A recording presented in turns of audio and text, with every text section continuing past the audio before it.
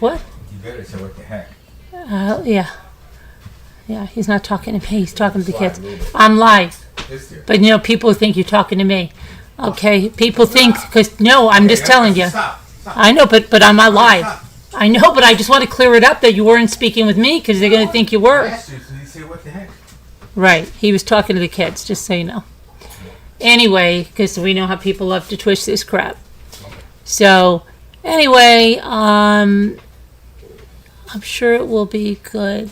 The gold. Yes, it'll be good, Captain Lee. All right, let's get to our program tonight. I just have to get into the live chat, the other live chat, not the live chat on Streamlabs. I've got to get to the live chat on YouTube proper. Okay. Where is my live stream? Well, I honestly don't know. I have to open it all again. I was at the lake, and then it started raining. I still have my bathing suit on under this. This is... So, yeah. Okay. Let me grab this here. Hopefully it'll be this. And YouTube Studio. Okay, content. So we're going to talk about, we're going to have like the discovery. We're going to go through the text messages like I said, and we're going to go through the discovery documents themselves. And don't worry, there won't be all this noise in the background in a moment. How do you know? Sorry. Sorry for those of you that are turning in for true crime. We're going to be on that in just one moment. Okay. My eye is all dry. Okay. I'm not done yet. Okay. Let me put there. We'll give Rocky the 2 P's that I made for him. Hello, Al. Hello, Margot. Hello, Captain Lee fan. All right, let me start with, I don't know whether I actually want to go with I think I want to go with, would you rather do the text messages first or like the documents from when they were arrested? Like, do you know what I'm talking about? In the discovery that the officers wrote about them? Do you want to do the text messages? And there'll be all the text messages from May up until the murder. You won't be chatting. You don't have to chat. You can listen. You can listen. Hello, Painted Black. Any preference on what you want to do? Whether you want to do the text messages or like the Margot says text.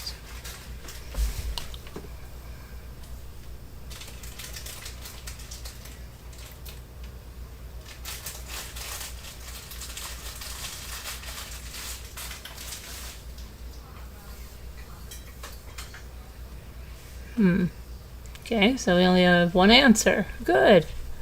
Okay. Let me get the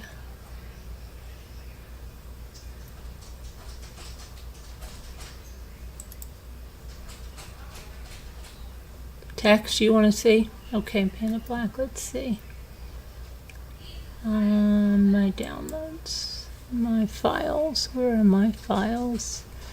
Okay, Gypsy and Nick texts. Here's this, and this is Gypsy, Rose, and text messages, Nick and Gypsy. Okay. So where are my text messages? Hold on a minute. 1 second. Did I put... oh, I know. I think I put them... should be with this one. Maybe they're in here. Let me just see if they're in here.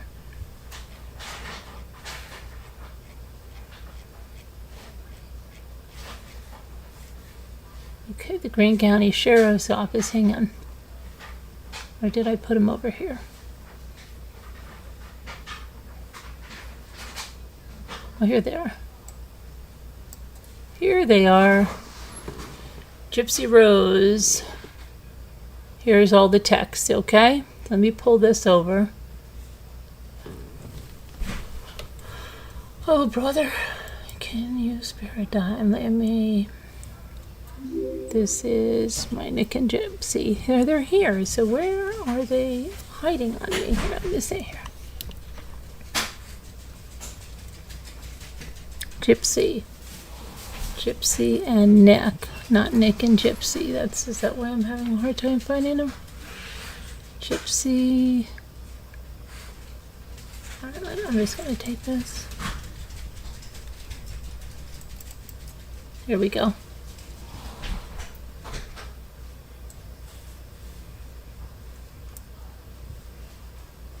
Yeah. Okay, so they start with, and I'm going to make them larger.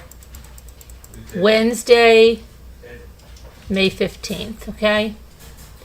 And we're going to go with, hold on a second. This is not the format I want.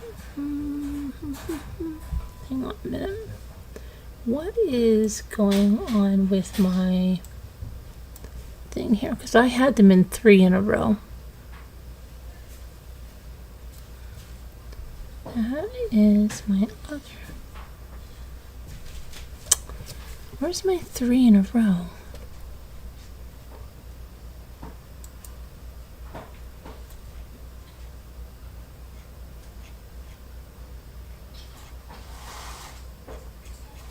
I don't know why this is showing me 2 when I had them all put into slides.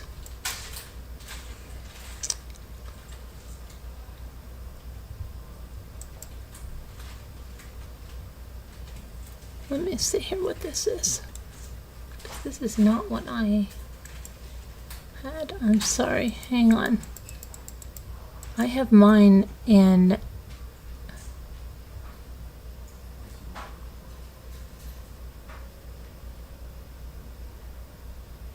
from the trial.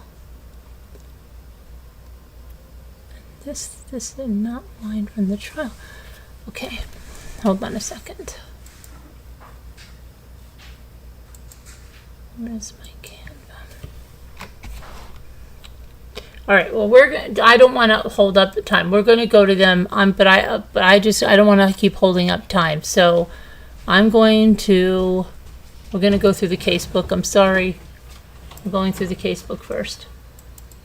It's interesting, believe me. This is for, Dee Dee. That's her real name. Okay. Blanchard, first-degree murder, armed criminal action. This is from the Greene County Sheriff's Office, book 1 of 2. And first-degree murder, armed criminal action, case agent, Detective Sergeant Stan Hancock, case summary, uniform patrol reports. Okay, so these are all, that's the contents there. Okay, let's see here. On Sunday, June 14th, 2015, the Greene County Sheriff's Office deputies were dispatched to 2103 West Volunteer Way for a report of 2 missing females.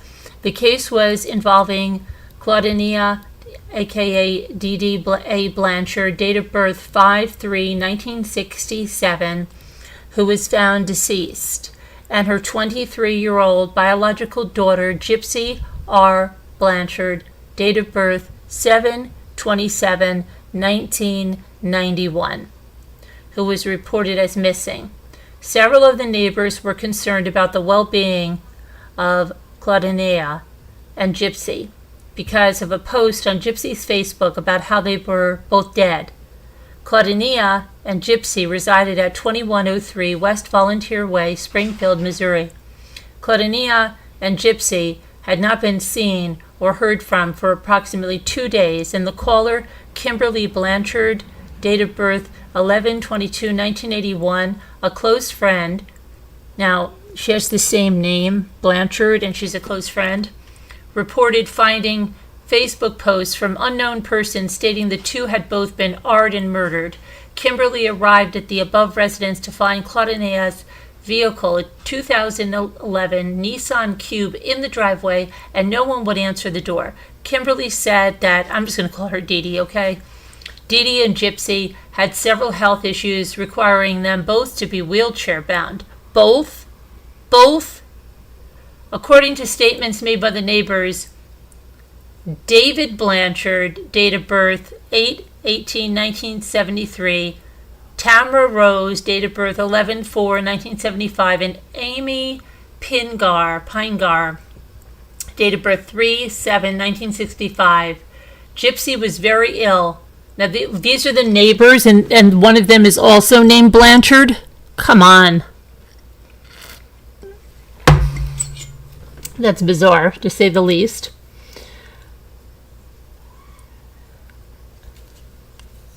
Okay, Gypsy was very ill with degenerative genetic disorder, unknown what type, and some sort of cancer, unknown what type. They had tried to call Dee Dee's cell phone multiple times and had not gotten an answer, which they said was unusual. Tamara and Amy confirmed the vehicle parked in the driveway was Dee Dee's and the only known vehicle they had. None of them could remember seeing either Dee Dee or Gypsy in the last few days. Several of the local hospitals were checked, and Dee Dee and Gypsy were not admitted into any of them. The neighbors stated Gypsy and her mother go to Kansas City, Missouri hospitals for treatment. Phone contact with several of the Kansas City area hospitals were made, trying to locate Dee Dee and Gypsy. Neither of them were registered as patients at the Kansas City hospitals. Attempts were made to make contact with people on Gypsy's Facebook page. Because of the suspicious messages, only known vehicle in the driveway, both were missing. Wheelchairs were still at the house. The biatch is dead, and I effing slashed that fat pig and Art, her sweet innocent daughter. Her scream was so effing loud, LOL, coming from Facebook from Gyp Blanchard. Friends and neighbors advised law enforcement that this was Dee Dee and Gypsy's Facebook. A search warrant for the residence was sought. After the search warrant was approved, it was served by Greene County Sheriff's Office Criminal Investigation Division. Inside the residence, under the authority of a search warrant, a female, later identified as Dee Dee Blanchard, was found lying on a bed in a bedroom on her stomach with several apparent stab wounds to her back side. Gypsy was not located inside the residence. Aliyah Woodmansey, date of birth 11/13/1992, who had been friends with Gypsy in the past, had information she wanted to share. Contact was made with Aliyah. She advised deputies about a Nicholas Godejohn, date of birth 5/20/1989, who Gypsy talked about a lot. Aliyah had been communicating with Gypsy via Facebook in October of 2014 about Nicholas. In the Facebook messages, Gypsy talks about wanting to have a baby with Nicholas, and she wanted to name the child Nicholas Paul Godejohn Jr. According to Aliyah, the messages Gypsy sent to her indicated Nicholas had promised her they would get married. Nicholas had been promising to meet her at the premiere of the movie Cinderella in March of 2015. Aliyah was unable to remember what Gypsy's name was listed as on Facebook, but believed it to be Gypsy Rose. She had not talked to Gypsy or visited with Gypsy since October of 2014. On Monday, June 15, 2015, Gypsy and Nicholas were located at W228 South 8755 Cherry Street, Big Bend, Wisconsin.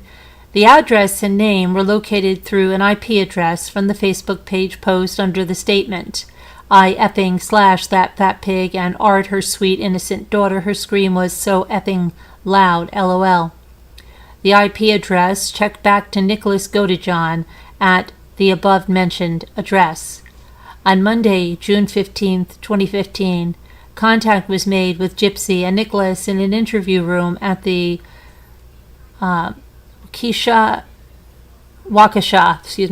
the Waukesha County Sheriff's Office, Waukesha, Wisconsin.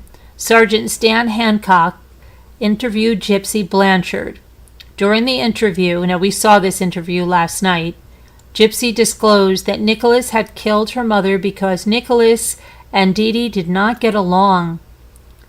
Gypsy claimed she had been made to stay in the bathroom at that home address while Nicholas murdered Dee Dee. Gypsy claimed she was AR'd and then forced to clean up the residence and that Nicholas killed Dee Dee. Gypsy claimed she had no part in the murder of Dee Dee. We know that's a lie. She stole that knife. On Tuesday, June 16th, 2015, Angela Maholey interviewed Nicholas Godejohn in an interview room at the Waukesha County Sheriff's Office, Waukesha, Wisconsin. Nicholas admitted to stabbing Dee Dee in the back with a knife while she was lying on her stomach while she had been sleeping in her bedroom. He disclosed about how Gypsy had given him that knife and the gloves and let him in the residence. He admitted the whole idea to kill Dee Dee was Gypsy's idea, and he would not have killed if Gypsy had not asked him to kill her. Nicholas described where several pieces of evidence pertaining to the murder could be located inside the residence in Big Bend, Wisconsin, including the knife that he used. Okay, I'm just trying to make sure that you guys are okay. After the interviews were completed, a Greene County Sheriff's Office probable cause statement was submitted to the Greene County Prosecutor's Office. The probable cause statement was signed by a Greene County, Missouri judge for murder in the first degree and armed criminal action. Gypsy and Nicholas were turned over to the Waukesha County Jail. On Tuesday, June 16, 2015, Waukesha County Sheriff's Office Criminal Investigations Division conducted a search of the residence in Big Bend, Wisconsin. Several pieces of evidence related to the murder were collected from the residence. A forensic examination was completed on Nicholas Godejohn and Gypsy Blanchard's cell phones. The examination showed several text messages exchanged between Nicholas and Gypsy just days before and leading up to the date of the murder. The examination revealed a video from Gypsy's phone where someone can be seen walking through the residence at Volunteer Way, Springfield, Missouri, and into Dee Dee's bedroom to the bed where Dee Dee slept. Dee Dee was not in the bed during the making of the video when the cell phone was held over the bed. Then, with their free hand, and it was restricted, but we can just imagine what it is, right? Pointed towards the head of the bed, the subject then made a stabbing motion towards the bed. That was restricted. And this here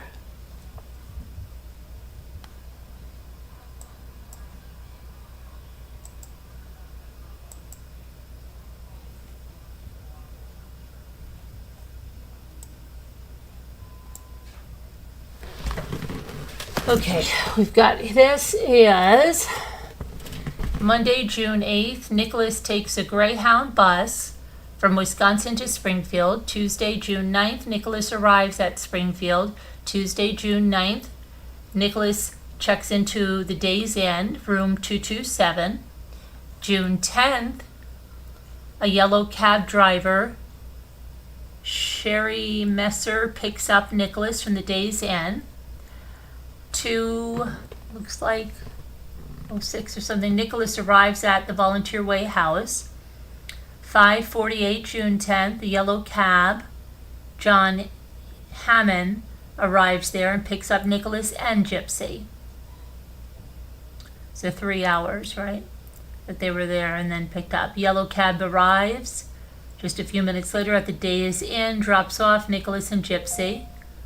There's a postmark on a package. That's the knife. She put in the bubble wrap packages and sent them back to Nick's house.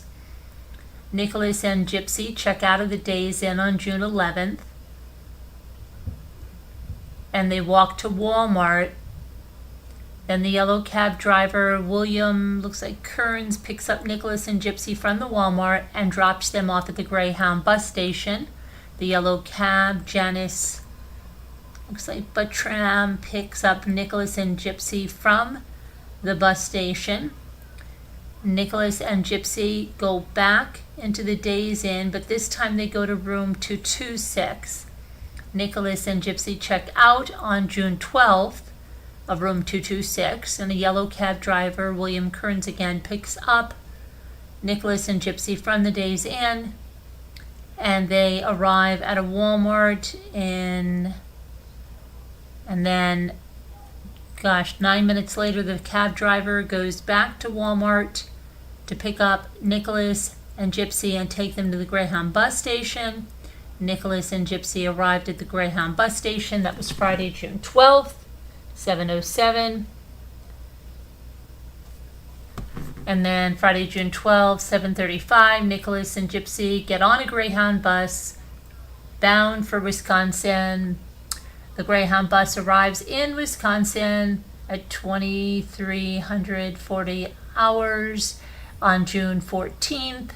911 call about 2 females who had not been seen for 2 days. That's Gypsy and her mother. June 14th, Greene County Sheriff's Patrol deputies were dispatched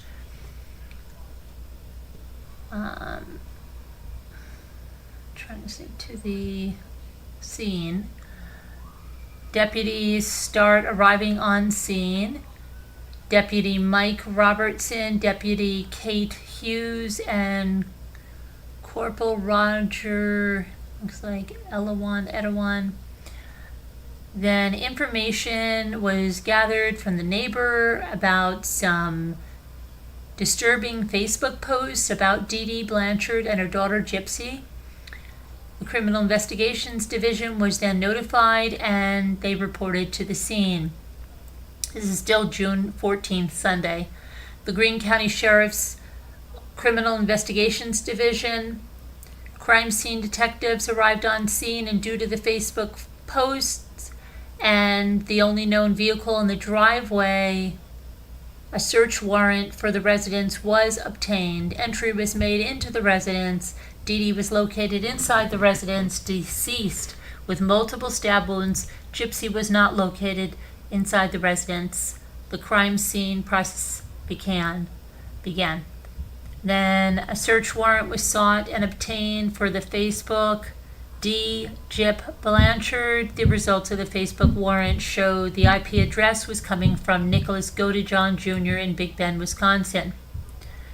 Due to the information gathered through the Facebook warrant, the Waukesha County Sheriff's Office was contacted by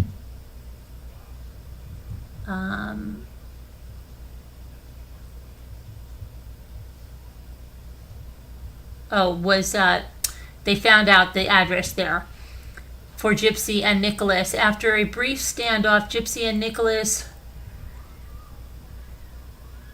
were detained and they were taken to the Waukesha County Sheriff's Office. Arrangements were made for Sergeant Stan Hancock and Corporal Angela Maholi to fly from Kansas City, Missouri to Waukesha County Sheriff's Office, Wisconsin, to make contact and interview Gypsy and Nicholas. Okay, and that's the 15th. Let's see, Sergeant Hancock and Corporal Maholi's plane arrived in Milwaukee, Wisconsin. They were picked up by the Waukesha County Sheriff's Office detectives, Michael, it looks like Toole, and Detective Christopher Cole.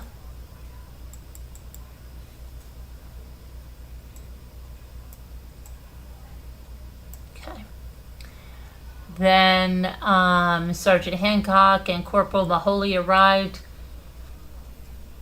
The Waukesha Sheriff's Office, Waukesha detectives were briefed on the incident.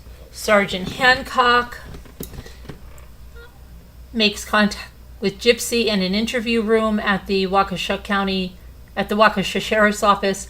Sergeant Hancock read the Miranda warning, and the interview began between Gypsy and Sergeant Hancock. Corporal Maholi makes contact with Nicholas Godejohn in an interview room of the Sheriff's Office. Mahoney reads Miranda warnings to Nicholas, and their interview begins. Then a probable cause statement was sent to the Greene County prosecutor, Dan Patterson, for a warrant. A warrant for first-degree murder and armed criminal action was obtained, and the bond was set at $1 million for Gypsy and Nicholas, both of them. Where she said, oh, it was just Nicholas that's going to get in trouble. Sergeant Hancock and Corporal Mahoney were present when the Waukesha County Sheriff's Department conducted the search of the residence located at Big Bend, Wisconsin. That's Nick Godejohn's house. Several items of evidence were recovered from the residence. These items were taken by the Waukesha County Sheriff's Department for processing. Sergeant Hancock and Corporal Mahoney debriefed with the Waukesha County Sheriff's Office. Sergeant Hancock obtained and signed for the evidence, which was packaged by the Waukesha County Sheriff's Office and transported back to Missouri by Sergeant Hancock and Corporal Mahoney. All right, let me turn this around now.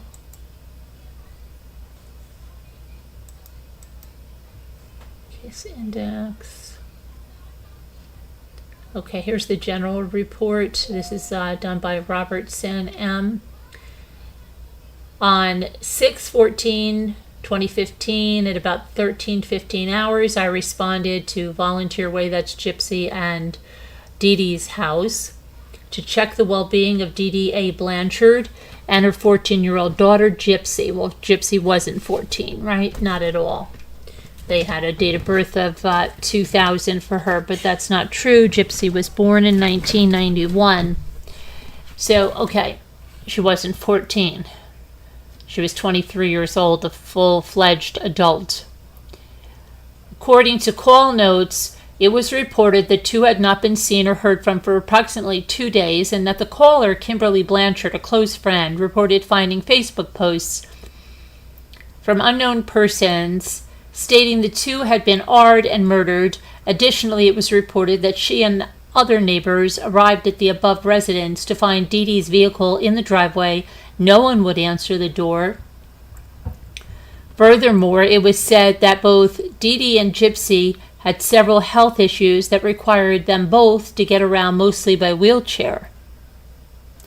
Upon arrival of myself, Deputy K. Hughes, and Corporal R. Stewart, and later Deputy T. Haynes, Deputy Hughes spoke to neighbors and friends on scene who knew the two alleged missing females, while Corporal Stewart and I checked the doors and the windows of the residence for any indications of forced entry or foul play, and nothing was found as a result. However, while checking an east door of the residence, one of the neighbors, Charles Blanchard, Kimberly's husband, found an unlocked but closed window leading into the kitchen of the residence, and he went inside despite warnings not to.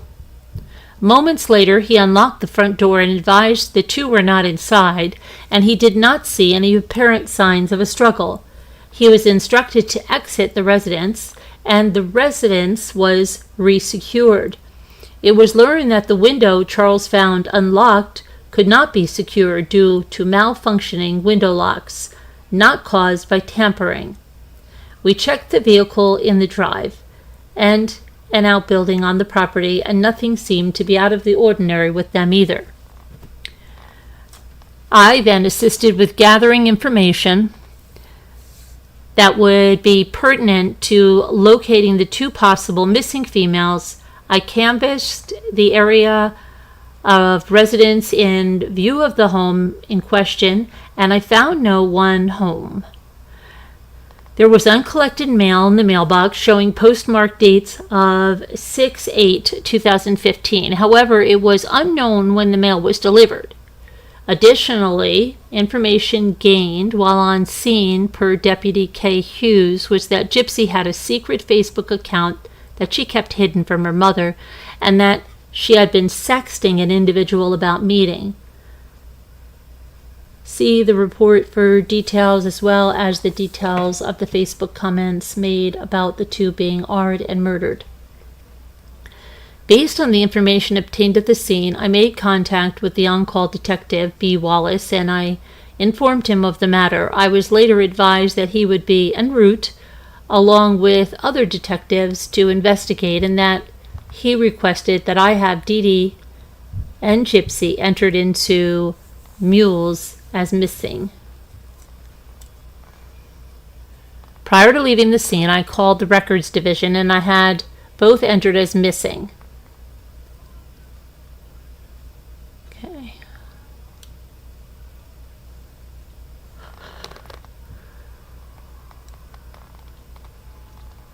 This is from an Officer Hughes. Excuse me. On June 14th, 2015 at 3:13 p.m., I, Officer K. Hughes, was dispatched to a call for service at Volunteer Way, that's Gypsy and Dee Dee's house, along with Deputy Robertson and my field training officer, Corporal Stewart. Neighbors of the occupants, Dee Dee Blanchard, who goes by the name Dee Dee, that's what we're calling her that, and the daughter Gypsy Blanchard were both concerned. See, they've had the E on their name at this point. We're both concerned because some posts have been made on Dee Dee's Facebook page from her own account under the name D. Gyp Blanchard. We were met at the Blanchards' residence by four neighbors, David and Kimberly Blanchard, no relation, Tamara Rose, and Amy Pinegar, the initial reporting party. The neighbors were concerned because both Dee Dee and Gypsy had multiple health problems. Gypsy was wheelchair bound and had degenerative genetic disorder or some sort of cancer. According to Kimberly, she won't live to be as old as we are, Kimberly stated. The neighbors all stated that Dee Dee and Gypsy spent a lot of time at home and were friendly people, describing them both as sweet multiple times. They stated the Blanchards had moved to the Springfield area after Hurricane Katrina. They had been residents of Louisiana prior to that. None of them thought that the Blanchards had any relatives still living. They had tried to call Dee Dee's cell phone multiple times and had not gotten an answer, which they said was unusual.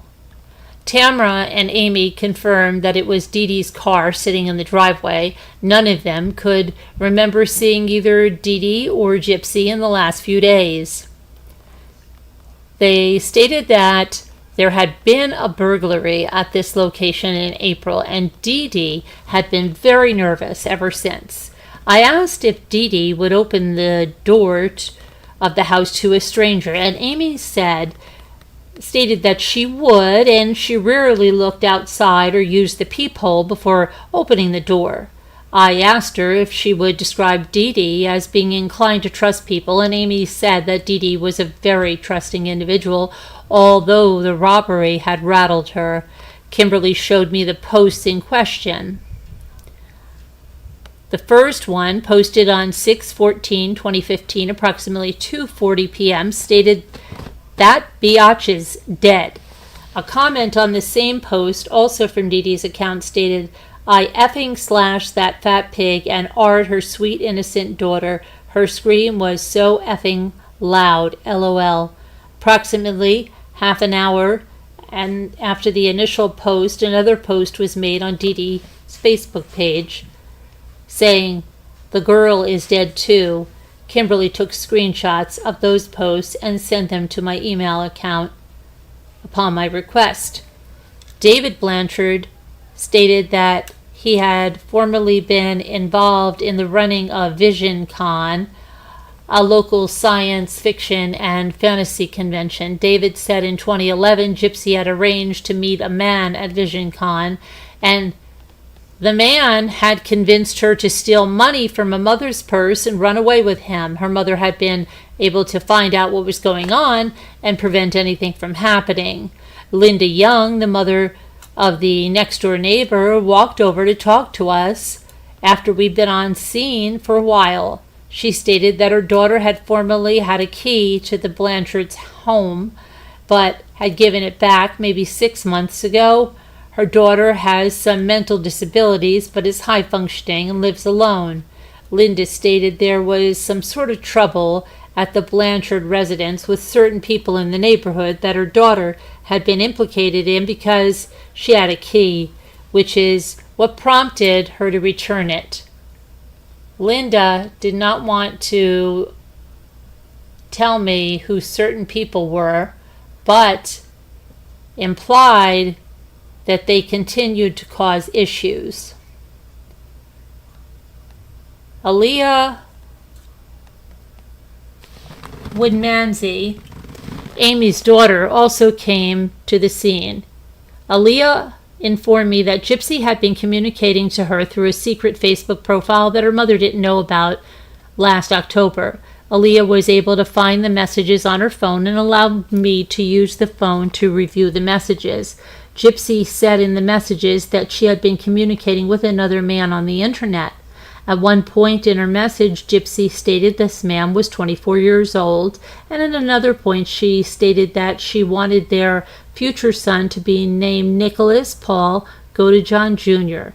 The messages that Gypsy sent to Aaliyah indicated that this man had promised Gypsy various things, possibly even including stating that they would get married, although they had not even met in person at that point. The man had also been sending her sexual text messages since they shared a funny story with Aaliyah that involved this man sending a sexual message to his father by mistake.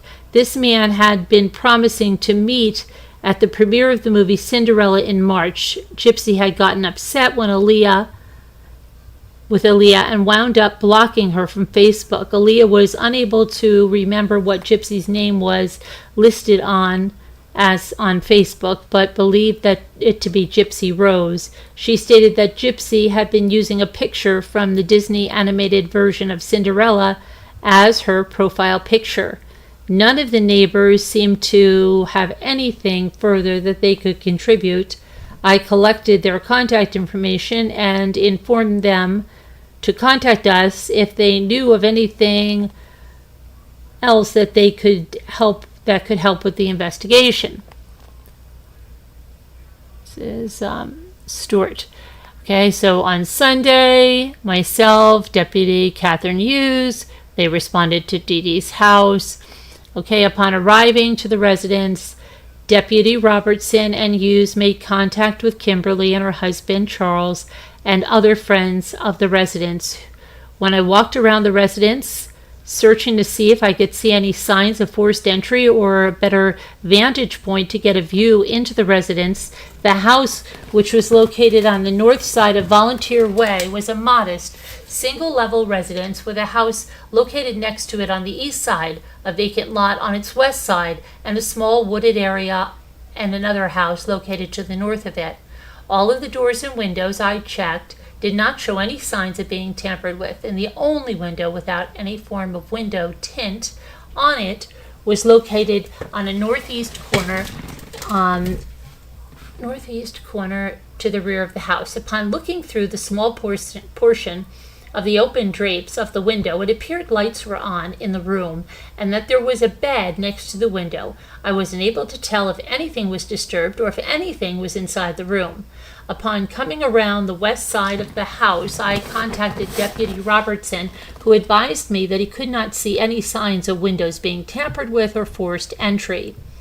Upon checking the resident's mailbox, I noticed there were several articles of mail inside with the postmark stamp date as far back as 6/8/2015. After reviewing the mail, I went back to the rear of the residence and checked the window at the rear of the residence that allowed me any kind of view. Again, I could not see any signs of disturbance or if anyone was inside the room. While I was at the rear of the residence, I heard what sounded like something breaking around the corner of the east side of the house.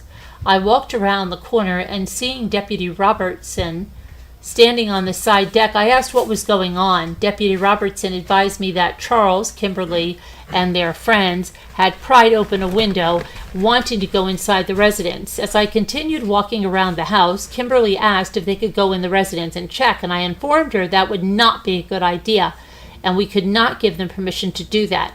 As I continued to walk around to the front, I observed that Charles was already climbing through the window. Charles asked me if I would arrest him. I advised him that if the homeowner had not given him permission and wanted to press charges against him,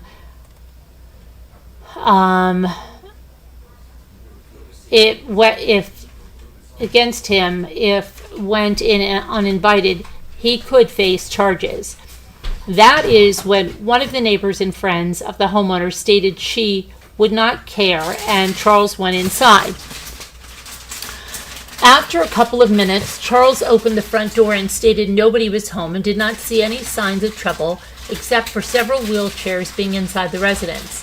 While standing in the front yard, I peered through the open front door and observed no signs of a disturbance. Seeing no signs of a disturbance, I instructed Deputy Robertson to have Charles and anyone else inside to step out of the residence and secure the door. Since the friends of the homeowner stated that both the mother and child had medical issues, I instructed Deputy Robertson to contact the local hospitals to see if one of them had been hospitalized, while I contacted dispatch to see if there were any recent medical calls or incidents at the location. According to dispatch, there had not been any medical calls or incidents since an April 30th check well-being call that was handled by an officer. After speaking with both hospitals, it was found that neither the mother or daughter had been admitted to the hospital recently. Concerned with the Facebook threats and not being able to locate any information to where the mother and child were, I contacted Lieutenant Jason Johnson and briefed him on the situation, and I asked him how he wanted me to proceed. After being briefed, Lieutenant Johnson instructed me to have the on-call crime investigation detective notified and see if they wanted us to proceed, how they wanted us to proceed. Since Deputy Robertson was the primary officer, I assisted him with paging the on-call and instructed him to bring up to speed on what was happening.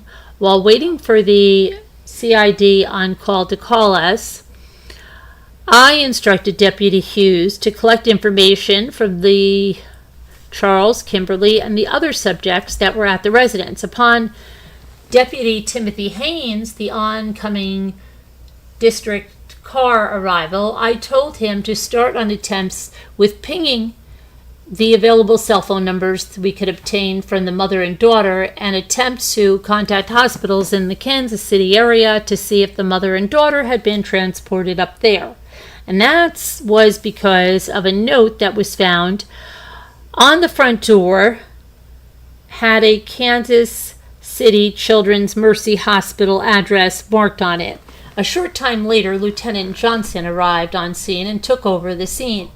After Deputy Robertson and Hughes completed obtaining the information needed for the report, we were released from the scene. Upon returning to headquarters, the information was entered into the report by Deputy Hughes, and Deputy Robertson contacted records to have the mother and daughter entered as missing in Mules. Okay, now, let's see. On 6/14/2015, this is Haynes, Officer Haynes, responded to a volunteer way reference to a mother and daughter who had not been heard from for several days. I also informed that there were some Facebook posts that raised concern about the subject's well-being.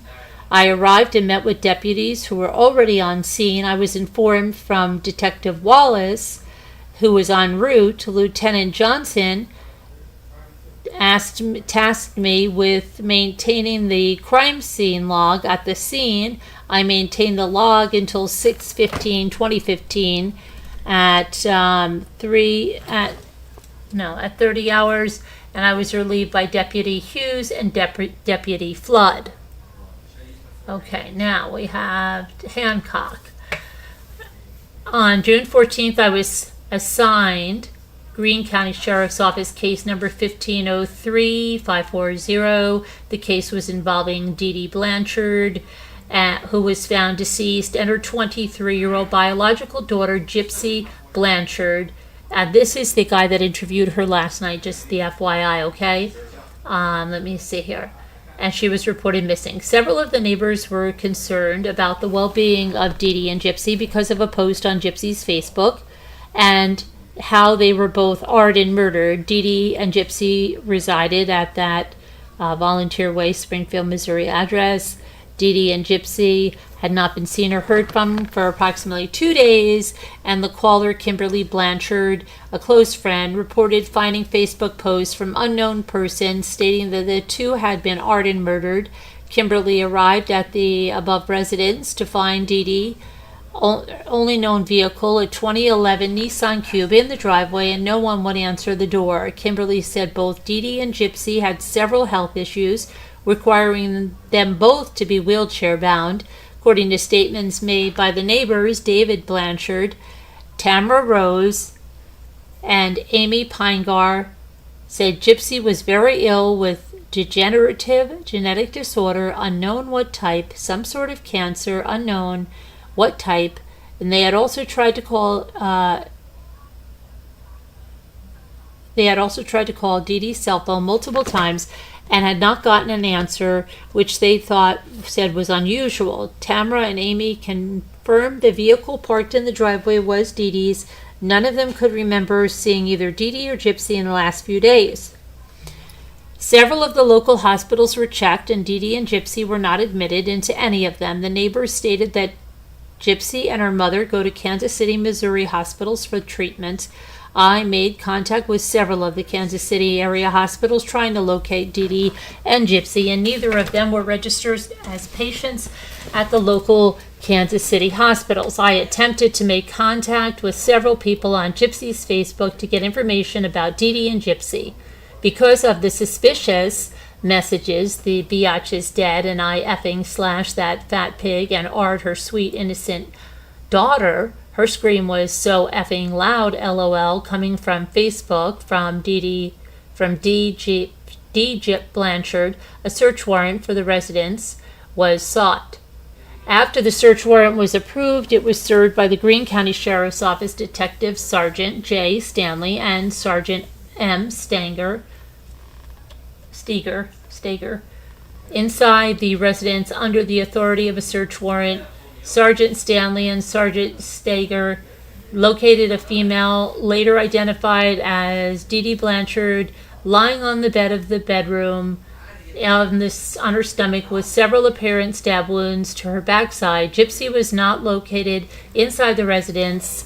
See Sergeant Stanley and Sergeant Steger's report for further details about the crime scene and my beach towel is there, and processing of the crime scene.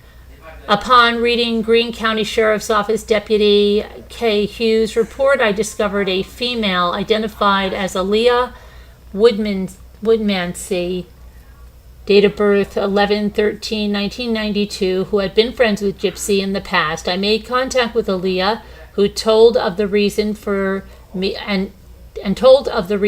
me contacting her, and she agreed to speak with me. Aaliyah said she had told Deputy Hughes about a male, Nicholas Godejohn, who Gypsy talked about a lot. Aaliyah had been communicating with Gypsy via Facebook in October of 2014 about Nicholas. In the Facebook messages, Gypsy talks about wanting to have a baby with Nicholas, and she wanted to name the baby Nicholas Paul Godejohn Jr. According to Aaliyah, the messages Gypsy sent to her indicated Nicholas had promised her that they would get married. Nicholas had been promising to meet her at the premiere of the movie Cinderella in March of 2015. Gypsy had gotten upset with Aaliyah and blocked her from Facebook. Aaliyah was unable to remember what Gypsy's name was listed as on Facebook, but believed it to be Gypsy Rose. She had not talked to Gypsy or visited with Gypsy since October of 2014. Aaliyah agreed to have this conversation she had with Gypsy in October of 2014, downloaded from her cell phone. Aaliyah consented, verbal and written, to a download of her cell phone, and she was present the whole time to stop the download if she wanted. On June 15th, 2015, I was notified Gypsy and Nicholas were located at the Cherry Street, Big Bend, Wisconsin. Greene County Sheriff's Office Detective Corporal Angela Mahoney and I made contact with the Waukesha County Sheriff's Office in Waukesha, Wisconsin to interview Gypsy and Nicholas. Okay, next, consent to search. 1 second, just 1 second.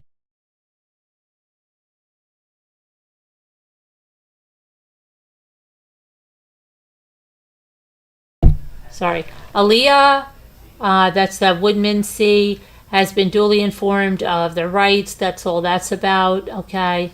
Let's go to Hancock again. This report, Corporal Angela Mahoney and I arrived in Wisconsin, where she and I met at the airport by the Waukesha County Sheriff's Department Detective Mike Toole and Detective Christopher Cole. Detective Toole and Detective Cole transported Corporal Mahoney and I to their office, where Gypsy and Nicholas were being kept. The following interview with Gypsy was video recorded and logged into evidence. The following is not intended to be a transcript of the interview, but a summation of the interview. And we watched this yesterday. And if you want to watch it again, you can quickly go, well, not quickly, you can go back to yesterday's video, and it'll be in this playlist of Gypsy Rose. It'll be part 2. This is part 3. I made contact with Gypsy and advised her of the reason for me contacting her. Gypsy stated she was 19 years old, and she told me her date of birth was July 27, 1995. Gypsy had a hospital bracelet on her wrist, and she told me the hospital put the date of birth as 7/27/1991, which this would have made her 23 years of age. According to her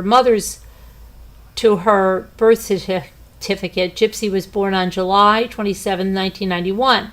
Gypsy stated she had no idea why she was there, and no one would tell her anything. She told me she was homeschooled, but stated she could read and write.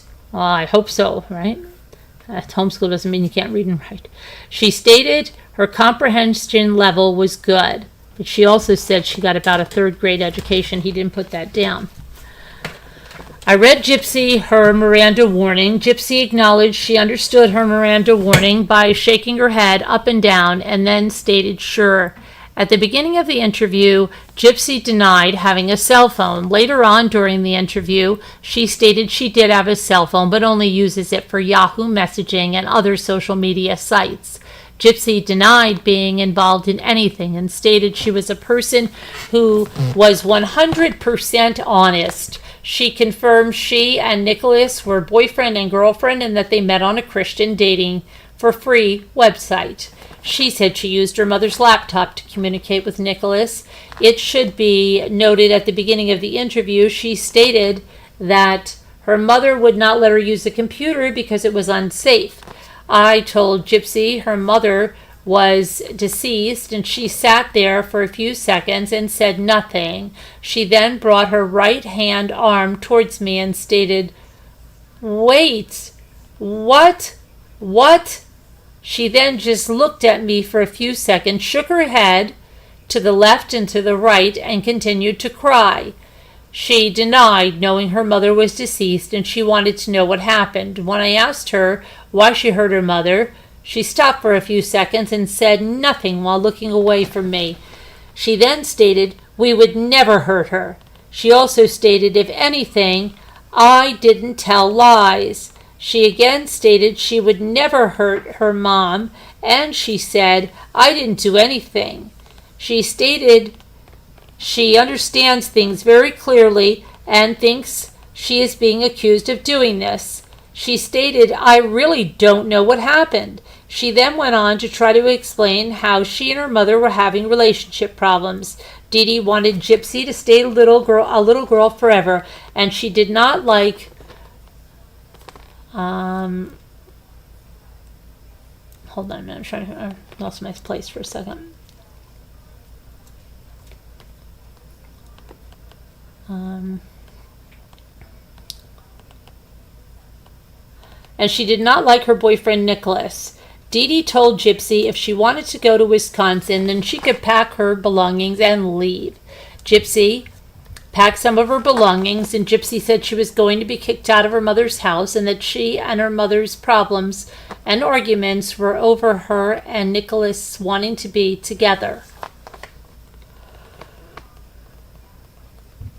Gypsy chose to come here, referring to Wisconsin, to leave with Nicholas. She gave Nicholas money to come to Missouri to pick her up. Nicholas asked his mother if Gypsy could stay with them, and Nicholas's mother agreed it would be fine. Wait, did we miss something?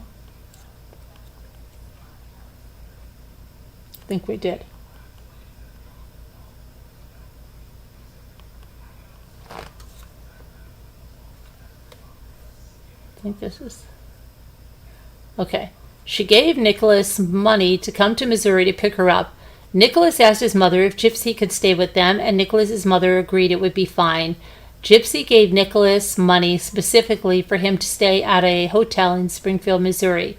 Gypsy then told me she does have a cell phone she uses to message people, and the phone was in her black Facebook bag at Nicholas's house. She asked me if her mother had a heart attack because Dee Dee had several medical issues. Gypsy asked about the guardianship papers her mother had put in place if something happened to Dee Dee. She denied being threatened by anyone to talk about what happened to her mother. Gypsy was crying, said she claimed she did not know who did this to her mother. According to Gypsy, Nicholas and Dee Dee did not get along, and Nicholas told her he hated Dee Dee. Dee Dee did not want them to be together, and they were all getting on each other's nerves. Gypsy promised her mom she would stay away from Nicholas. Nicholas told Gypsy it's us against the world, and he was going to protect her no matter what, and they were going to get married. She stated Nicholas was very kind to her, but he did not like the police. Nicholas wanted Gypsy to himself, and Dee Dee was getting in the way of things because the two of them, Dee Dee and Gypsy, Nicholas was a head-in-the-closet type of person who murders and kills like Jeffrey Dahmer kind. Gypsy stated that she should have listened to her mother and broke up with Nicholas. Hold on 1 second. I just have to open this door. Hi, Oliver. How are you? Hi, everybody. I'm going to finish in just 1 second. I just have to open this door. Hold on.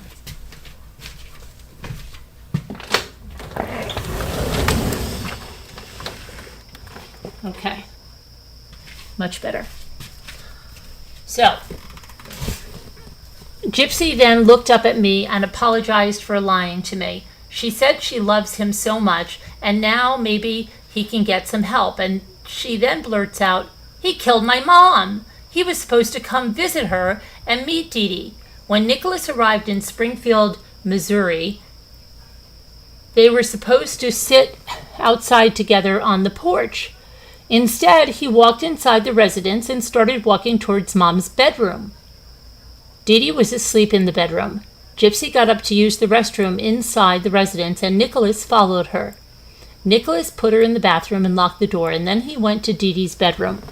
Gypsy heard her mother crying and screaming Gypsy's name. Nicholas then opened the door to the bathroom, and she observed blood on his right finger because he had cut himself on the knife he used to stab Dee Dee. Nicholas then commands Gypsy to clean him up.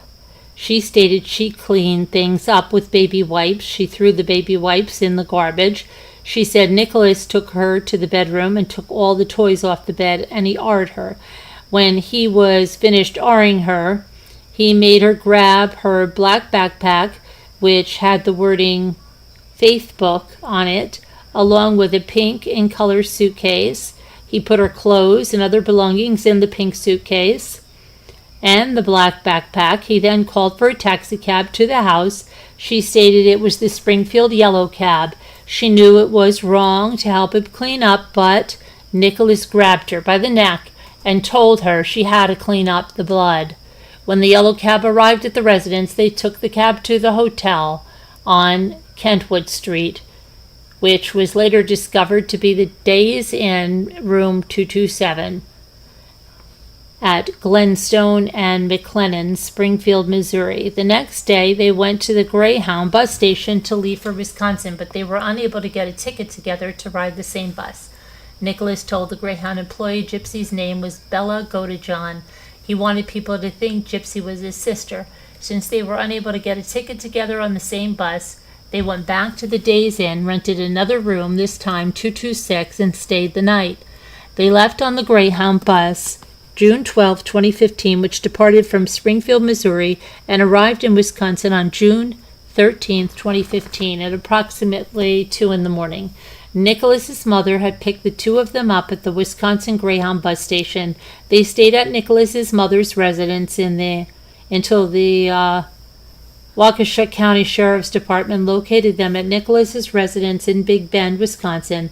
She told me she wore a wig so people would not recognize her. She stated all of her belongings were at Nicholas's residence in his bedroom. Gypsy stated that Nicholas and Dee Dee had an argument over the phone, and she just wanted them to get along. She invited Nicholas to Springfield, Missouri, to come and see the premiere of the Cinderella movie in March of 2015. Excuse me. Her mother was jealous of the time she was spending with Nicholas. During the phone conversation between Nicholas and Dee Dee, she told Nicholas he was not good for her daughter, and he was a creepy eye, and it was creepy.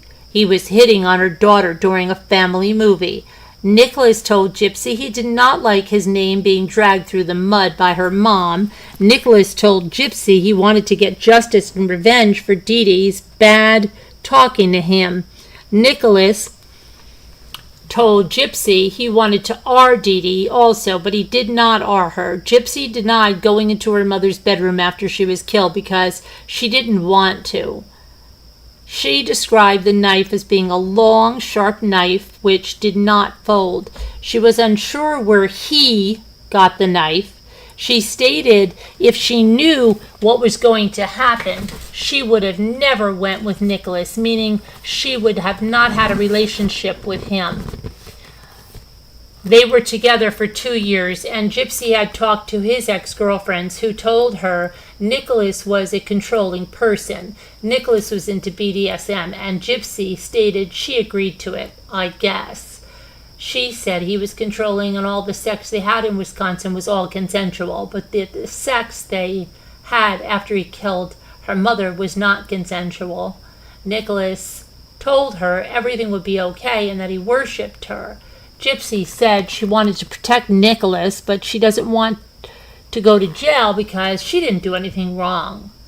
Gypsy described what Nicholas was wearing when he stabbed Dee Dee. She described his clothing as a scary shirt, which was black in color with scary clowns on it, a black hoodie, black pants, and off-white in color pair of tennis shoes. Those items were still in Nicholas's bedroom, in a red in color Marlboro duffel type bag. She also again stated to me that she never went into her mom's bedroom after she was killed.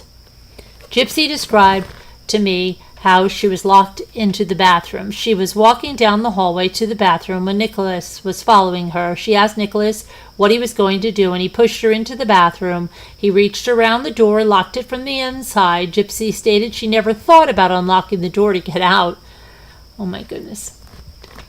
When she heard her mother screaming, she said she put her hands over her ears and got on the floor between the toilet and the bathtub. During the killing of her mother, she describes the clothing she was wearing as being a white in color gown with flowers. When her mother was being stabbed, she heard her wake up moaning and then a startled scream.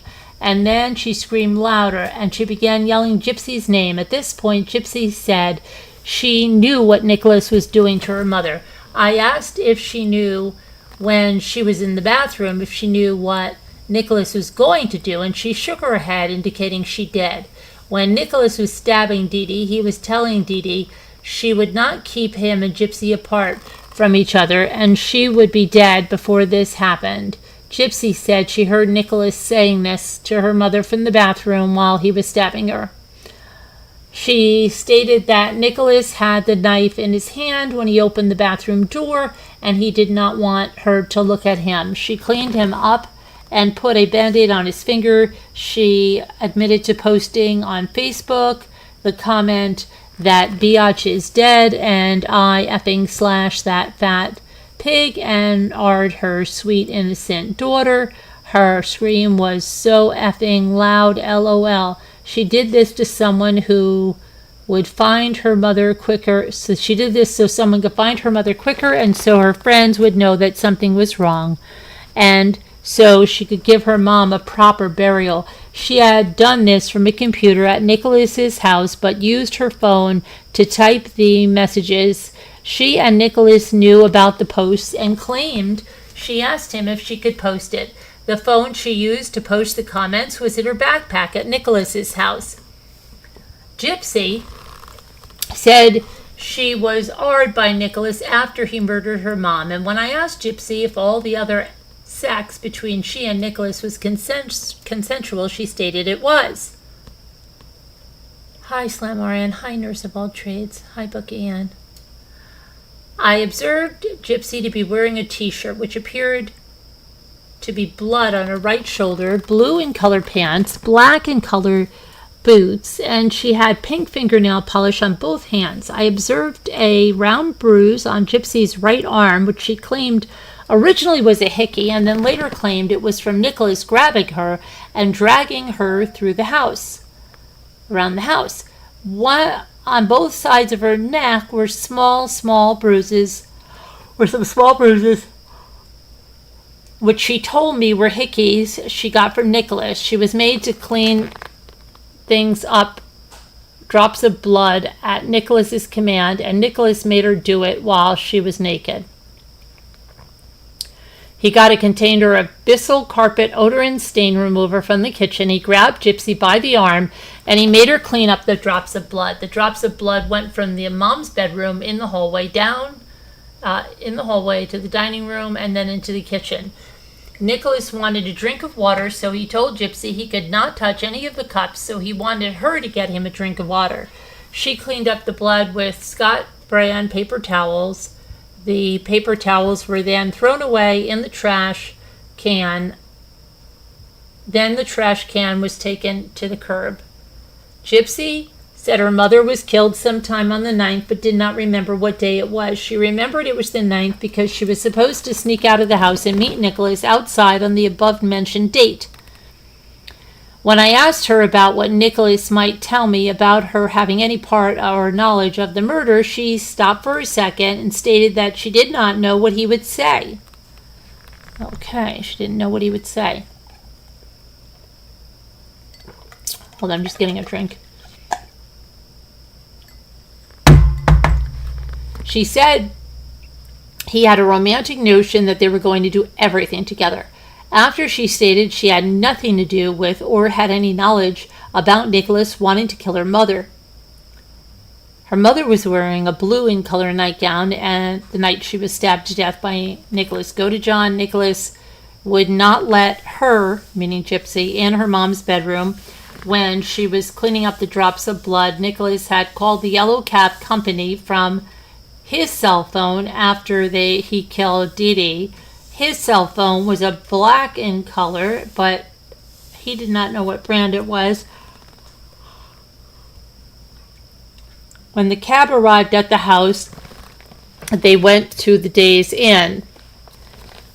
They then went and ate at the Waffle House next to the Days Inn. Gypsy said she drank some milk and forgot she was allergic to milk. They left and went back to the hotel room where they went to sleep for about 5 hours. They stayed at the hotel until the 11th hour when they got a cab to the Greyhound bus station on Kearney Street in Springfield, Missouri. When they could not get a bus ticket to ride the same bus that went back to the Days Inn and stayed another night. They went to Walmart to purchase soda, condoms, and lip balm from Walmart. Gypsy did not go into Walmart, but waited outside with the luggage. Gypsy had the same clothing on during my interview as she did when she and Nicholas left Springfield. She claimed she was not wearing anything on her face. However, the Greyhound bus video showed she was wearing sunglasses on her face. She then told me my thoughts of life between Nicholas and I are a lot different now. She never felt she was in any danger when she arrived in Wisconsin being with Nicholas. She described how Nicholas would do anything for her because he loved her and he cared for her so much. She said Nicholas has an evil side and he needed to get rid of it. She said they got on the Greyhound bus on the 12th at 7 in the morning and they traveled from Springfield to St. Louis, Missouri, to Chicago, Illinois, and then to Milwaukee, Wisconsin, where Nicholas's mother picked them up at the Greyhound bus station around 2 in the morning. Gypsy denied bringing up the idea of killing her mom to Nicholas. She said that Nicholas had an evil side to him and he did not want to do it. He did want to do it. I'm so sorry. Had an evil side to him and he did want to do it. He wanted to get rid of my mom, she continued to say. He wanted to kill her mom. When I told her that she had left some things out of her story, she slightly shakes her head and says, I know, but continues to deny having anything to do with the killing of her mother. Gypsy stated that Nicholas would have committed suicide if they did not kill her mother. I told Gypsy she was going to be booked in for murder along with Nicholas. I left the room, and a short time later, Gypsy stood up and shouted she wanted a lawyer. Get me my lawyer! Okay, sorry. Let's go on. This is the officer, this is Officer Hancock's summary. Officer Hancock wrote this, BB Diamond. Hello, butterfly wishes. Okay. On June 16, 2015, while in Waukesha County, Wisconsin, I assisted the Waukesha County Sheriff's Department in serving a search warrant on Big Bend, Wisconsin address that is Godejohn's. This is the residence of Stephanie and Charles Goldammer, their 7-year-old son Quinn Goldammer, and their 26-year-old son Nicholas Godejohn. This is also the residence Gypsy had been located at on June 15th. The purpose of the search was to locate any and all evidence reference the travels to and from Springfield, Missouri, as well as evidence reference the homicide of Gypsy Blanchard. Prior to the search, a briefing was conducted in which the Greene County Sheriff's Office Detective Sergeant Maholey and I briefed the Waukesha County Sheriff's Office, the Sheriff's Department deputies on items which were of interest to us as a result of the processing of the crime scene in Springfield, Missouri, and interviews with Nicholas and Gypsy. Hi, Alicia. Good to see you. Good to see you. You're welcome for answering. You're welcome for the answer. Yeah, but it's the summary is written by the officer. But yeah, they're of what Gypsy told. Yeah, Officer Hancock. Okay. Let's see here now. It was agreed the Waukesha County Sheriff's Department, acting under a search warrant issued in their county, would collect all the evidence, package evidence as collected, and turn the evidence over to the Greene County Sheriff's Office at the completion of the investigation in Waukesha County. The scene was processed and evidence was collected by several Waukesha County detectives. See their reports for details, reference the processing of the residence. Okay. All evidence collected was secured by the Waukesha County Sheriff's Department until June 17th, at which time it was released to Sergeant Mahoney and I for transport back to Springfield, Missouri. The evidence remained in the transport vehicle at all times, and at no time was the evidence left unsecured. The evidence was removed from the transport vehicle on June 17, 2015, and secured at the Greene County Sheriff's Office, once again arriving in Springfield, Missouri.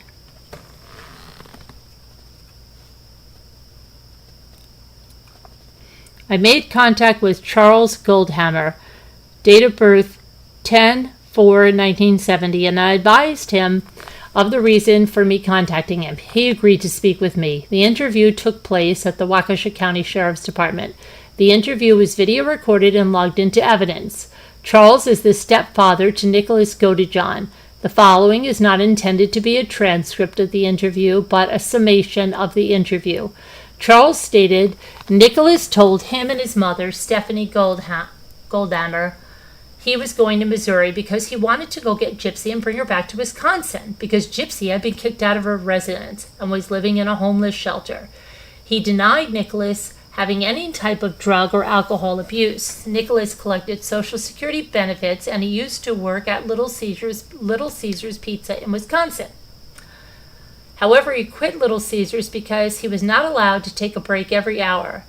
Charles said Nicholas was on disability because he was autistic and he had Asperger's. Nicholas was not close to anyone and had no friends. Nicholas had received some money from Gypsy through the mail. Charles did not know the exact amount of the money he had received from her. He thought it was around a few $100s. He knew this because he observed the cash Nicholas had on him. On June 9th, 2015, Nicholas had called a taxi cab to pick him up at his residence in Wisconsin and took him to the Greyhound bus station. Nicholas called and told Charles he was in Springfield, Missouri. This was on June 9th, 2015. He could not remember the exact time, but he knew it was late at night. The first time Charles said he talked to Gypsy was when she had come downstairs to make some macaroni and cheese. The conversation was very short, and they talked about how she had made her macaroni wrong. Gypsy and Charles had talked about how her mom had cooked macaroni, and this is where she learned how to cook it. It was a very short conversation because the two of them, between the two of them, Charles said he was freaked out by Gypsy because she was wearing a black wig with some red tint in it. Charles told me Gypsy had no problems walking up and down the stairs in the house, and she never needed assistance or help in doing anything. They were constantly having sex, and Charles had to tell them to be quiet. Yuck. He remembered receiving a package in the mail. The mail was delivered to the residence with Nicholas's name on it. The package arrived on Saturday, June 13th, 2015. The package was put on the kitchen table, and he told Nicholas he had a package addressed to him. Charles said he could not remember much about the package, but it was in an envelope of some kind. Gypsy quickly told Charles she would take it, and she took it upstairs. He said he never looked in the package, and he had no idea what was in the package. Charles and Nicholas said Nicholas plays a lot of video games and keeps to himself. Charles did not have any further information, and the interview was concluded.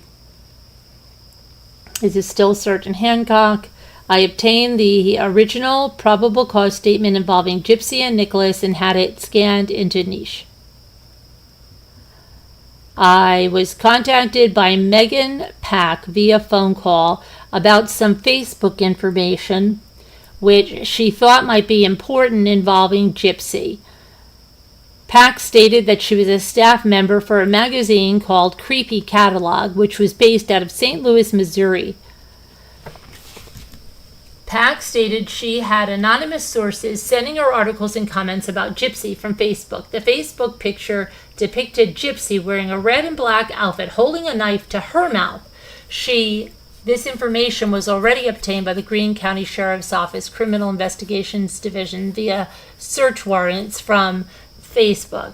Pack stated that she would send updates, but had nothing further to do with her, nothing further to add at this time to report. Okay, now we're here.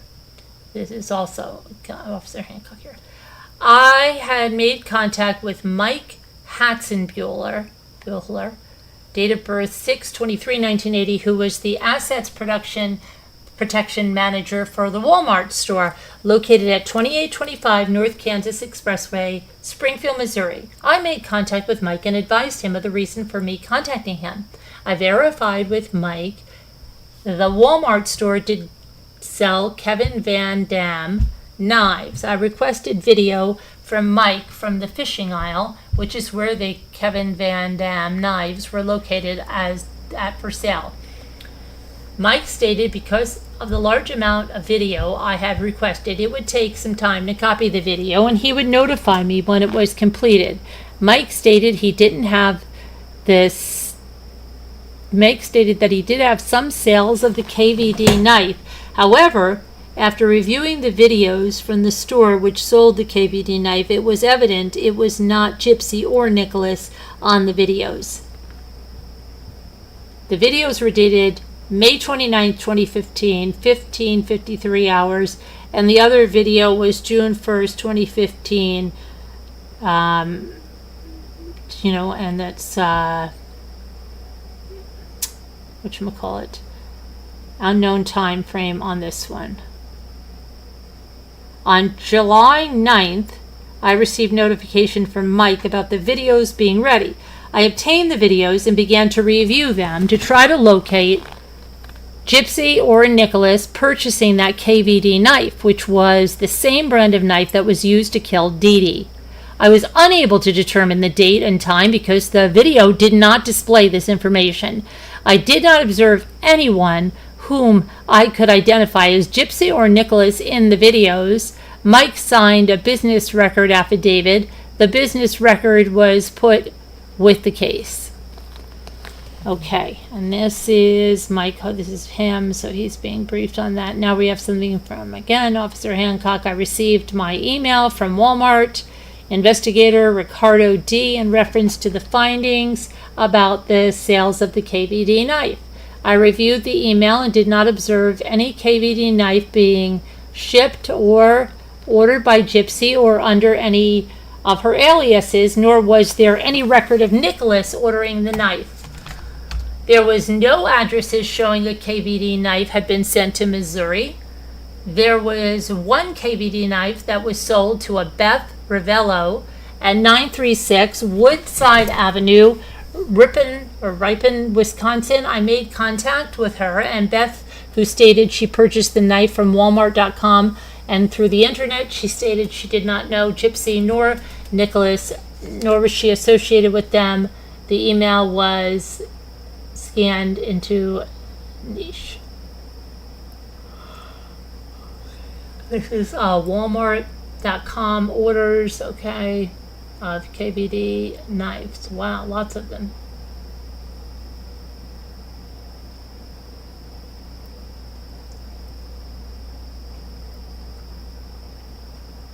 Okay, and this is also Officer Hancock. Investigator Hancock. I received a DVD of Gypsy Blanchard's phone conversation from the Waukesha County Sheriff's Department, Waukesha, Wisconsin. While she was incarcerated into the facility, the DVD was logged into evidence. I reviewed the conversations Gypsy had with her family. When Gypsy would speak to her family, she would call them by their relative relationships, such as aunt, uncle, etc. She told her family she could not talk about what happened, per her attorney. I heard Gypsy call the female she was talking to Aunt Celeste. Gypsy spoke of how she was innocent and how she got messed up with someone very awful. Gypsy told Aunt Celeste that she wanted to live with her family in Louisiana when she gets released. The call was placed on June 21st, 2015. Gypsy placed a phone call to a phone number on June 22nd, and Gypsy was talking to a female named Christy. She told Christy she could not talk about what happened. Is that stepmama? Gypsy told Christy, yep, definitely, to tell her dad she was innocent, and she wanted to know if her dad still loved her. Gypsy told Christy the things which had been said on the news media were not true. Gypsy and Christy asked Christy if she got out of jail when she can come and live with her.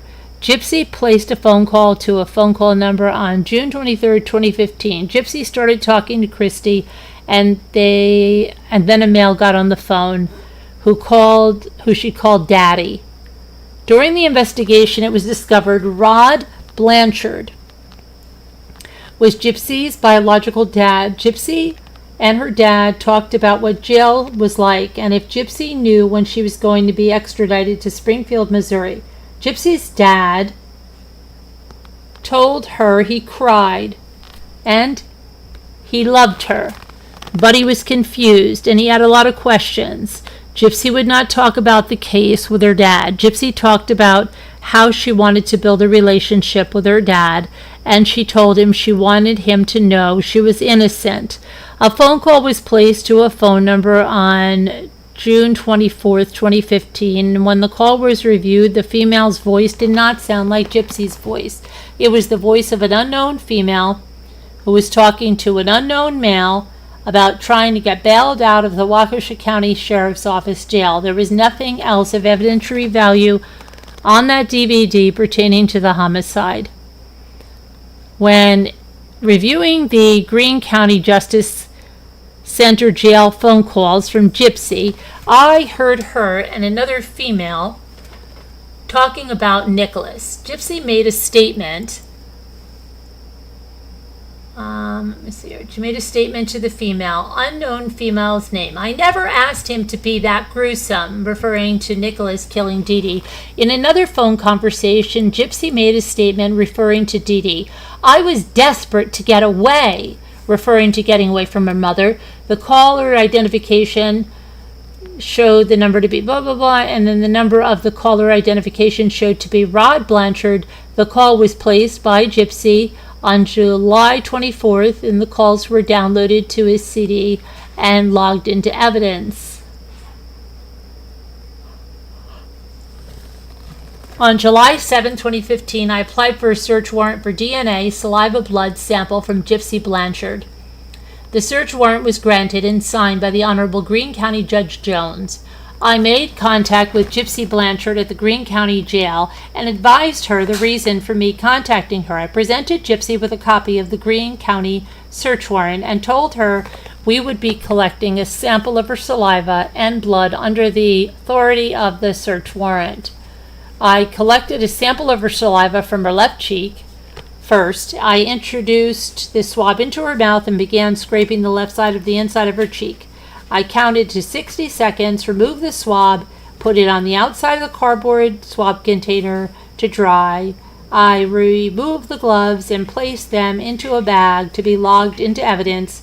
I repeated the same process with fresh gloves on my hands to the inside of her right cheek, and all the trash was placed into a bag and logged into evidence. The swabs, after they were dried, were also logged into evidence. Okay.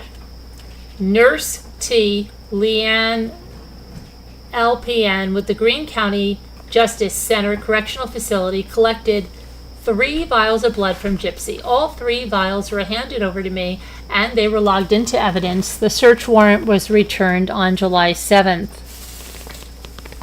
On July 9th, I applied for a search warrant for DNA from Nicholas Godejohn. The search warrant was granted and signed by the Honorable Judge Cordona. I made contact with Nicholas at the Greene County Jail and advised him of the reason for me contacting him. I presented Nicholas with a copy of the Greene County search warrant and told him we would be collecting a sample of his saliva and blood under the authority of the search warrant. I collected a sample of his saliva from his left cheek first. I introduced the swab into his mouth, and I began scraping the left side of the inside of his cheek. I counted to 60 seconds. I removed the swab, put it in the outside of the cardboard swab container to dry. I removed the gloves, placed them in a bag to be logged into evidence. I repeated the same process with fresh gloves on my hand to the inside of his right cheek. All the trash was placed into the bag and logged into evidence. The swabs, after they were dried, were also logged into evidence. Nurse LPN A. Brown with the Greene County Justice Center facility collected 3 vials of blood from Nicholas, and all 3 vials were handed over to me as they were logged into evidence. The search warrants were returned on June 9th, 2015. On July 9th, July 9th.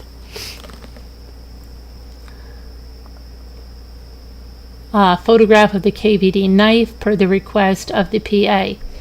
I responded to the Missouri State Highway Patrol Crime Laboratory to retrieve the KVD brand knife used in the murder of Dee Dee Blanchard to take photographs. I collected the knife from the Missouri State Highway Patrol Laboratory and returned to the Greene County Sheriff's Office Evidence Processing Room.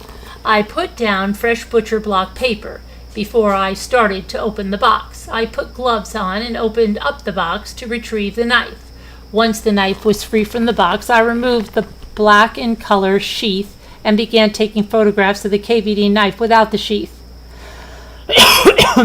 Also, I took my photographs and then I repackaged the knife and returned it to the Missouri State Highway Patrol Laboratory. I logged the gloves, zip tie, and the butcher block paper into evidence as crime scene trash. Okay. And this is a handwritten statement from Gypsy from the jail about marijuana found. Okay. On July 14, 2015, I was contacted by Lieutenant Mary Mahey about a witness statement Gypsy Blanchard filled out while she was housed in Tower 2 at the Greene County Justice Center. Lieutenant Mahey stated he wanted to give me a copy of the statement. I collected a copy from Lieutenant Mahey and it was put with the case. I read the statement Gypsy wrote to the Greene County Sheriff's Office Correction Officer M. Atkins. The statement said Gypsy observed an inmate, Amanda Flores, using the toilet when she heard what sounded like a plastic bag crunching. She observed Flores put the bag in her vagina. When Gypsy asked Flores what was in that bag, Flores did not tell her, and Gypsy observed Flores trade another inmate. Gypsy did not know the name of the other inmate she traded commissary with, who she observed to be marijuana for some commissary. The next day, Gypsy told a corrections officer about what she observed. Okay, and this is her statement, the witness statement. I, Gypsy Blanchard, and I love how she's putting the E on the end of her name. Okay, so she is talking about the deputy, M. Atkins. I saw Flores using the toilet, and I heard a crunchy bag sound. I saw her put a small bag in her vaginal area and asked, what's that? She said nothing. Then she pulled the bag out again and traded some weed for commissary to Elba. Then gave some to Rodriguez, a cellmate. Rodriguez took it and they both ate it, got high, then they went to sleep. Flores, let me see. Flores offered me some. I declined. The next day, I went to take a I don't know what she went to take, a something, and told to Officer Babden what happened, then kept quiet until Monday when a cell check, look how she writes cell, was done and weed was under her mat, hidden in some paper.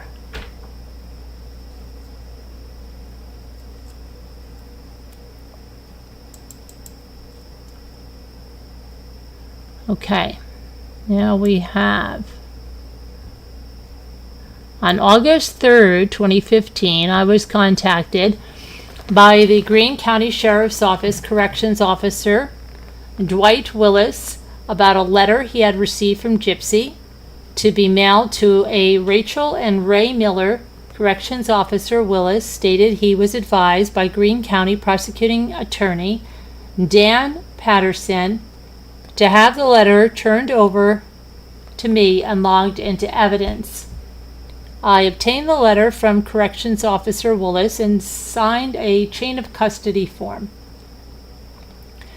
I reviewed the letter and then I logged the letter into evidence. The letter was dated July 28th, 2015 and contained information about how Gypsy was overwhelmed when she found out Rachel and Ray tried to write her a letter. She talked about how Nicholas was her ex-boyfriend and how the media is making her out to be the monster when my part was small in this. Oh my gosh, her part was small in this and the media is making her out to be a monster. Oh no.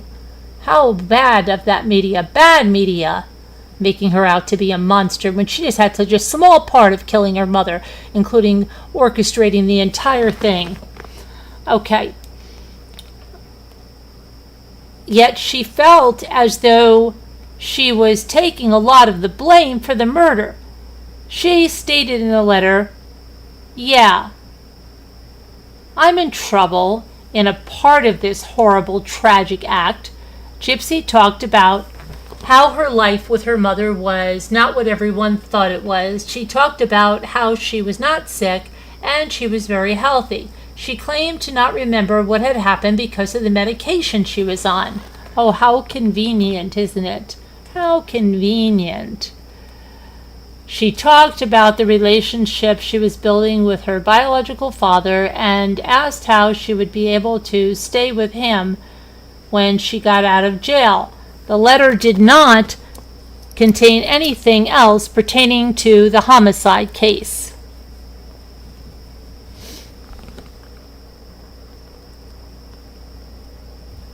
Okay, because of the rules obtained in Greene County, so this is the letter. Your letter is confiscated. Okay, so her letter was confiscated. Chain of custody for the seized property.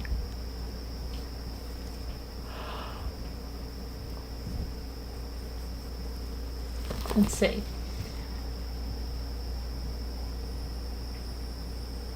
Now, what is this letter? Dear Aunt Rachel and Uncle Ray. Rachel Ray. Tears ran down once I saw you tried to write me. It was overwhelming knowing you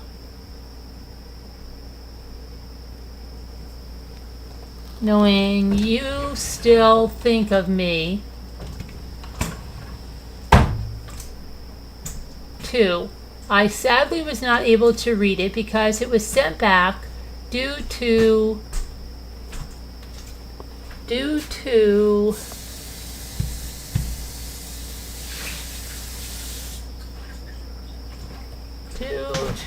snitchers, something.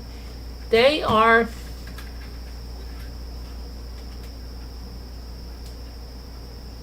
finicky, I think she wants to say. It has to be a no tape, no sticker. Oh, due to the sticker. No sticker, sealed letter with my name and jail address and the number there.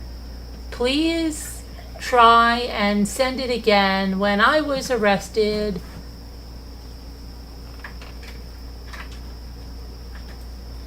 oh, she writes terribly. When I was arrested,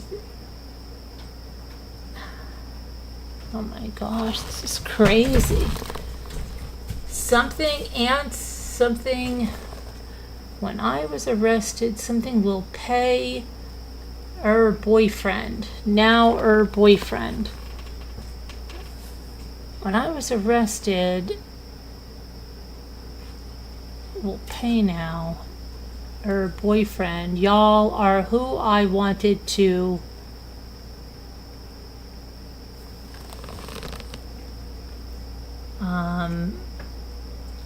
cap first. I don't remember years number on. I would have, oh gosh, this is crazy, something right away. I don't even know where to begin to explain. I'll just start with, I'm sorry. Please know that I'm not the evil, twisted monster the media is trying and succeeding in making me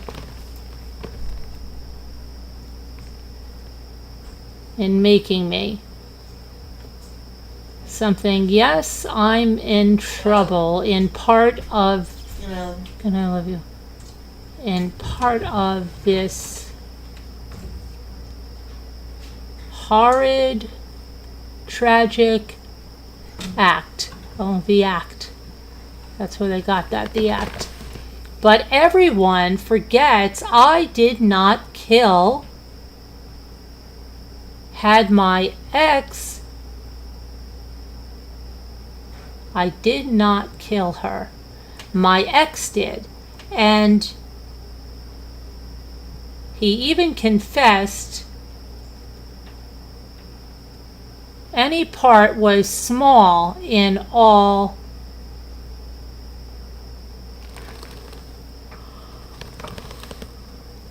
Yet I'm taking what seems a lot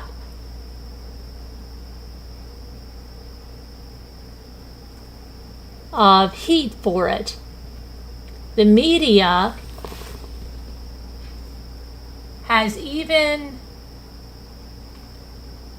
showed pics of me in a costume from last Halloween and a comic something girl from the Batman comics, but they showed it to make me look crazy, troubled, and evil, and I'm not. I know you must feel confused and maybe upset. I understand.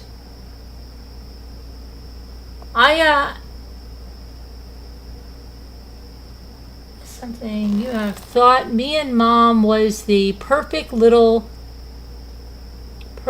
family, happy as can be, but behind closed doors, things was far from okay, and it was getting worse.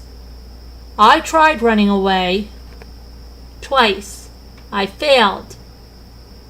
And I can't say it was always bad, but it wasn't what people thought. I'm sorry for not telling you I can walk. But she said not to, and I always obeyed. And she always obeyed Nick too. Are you starting to see another picture of this? Are you starting to see that she had a chromosome deletion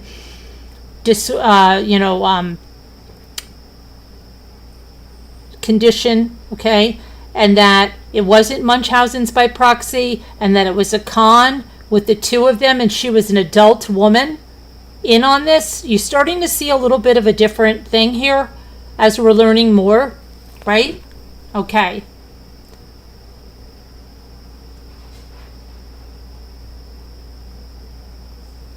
I'm sorry for not telling you I can walk, but she said not to, and I always obeyed her. I always just obeyed. Yeah, just like she obeyed. And there was something I didn't even know myself. My lawyer told me my real age. I just turned 24 and I never was taking chemo. My mom would shave my head bald. So for years, I thought I was dying of cancer, and I'm not dying, and I'm not, thank God. I'm perfectly healthy. Most people think I hated her. That's why this happened, but that's not true. I loved her. What hate? Let me see here. What hate was my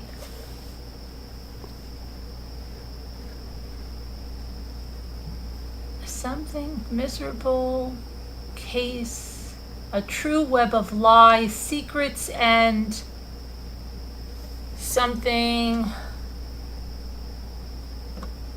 Wow, this is horrible. But even then, I would never act on any treatments or something unless there were so that many medicines I was forced to take, and something had a bad reaction as a something it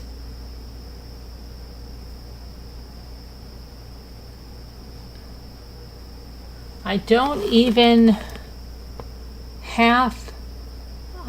know half of what happened.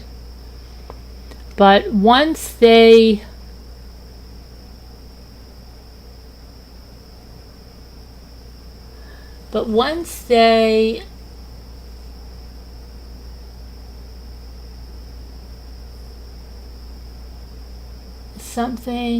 something at the Pi was hiring, I was in something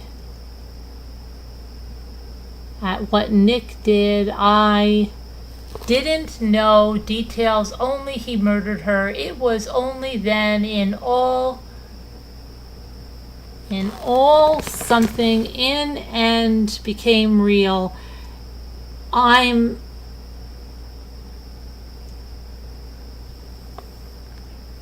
something confused and lost and feeling more grief and regret each day. I wanted to get away, but God, not something, my life in a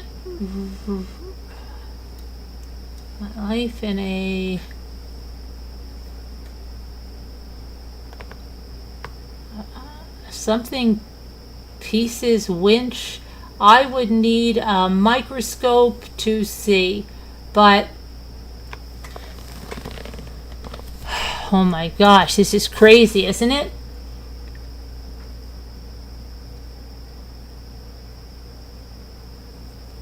But oh my gosh, something in something situations, my blood family has shown amazing support. My dad is now back in my life. As it turns out, Mom was keeping him from me, and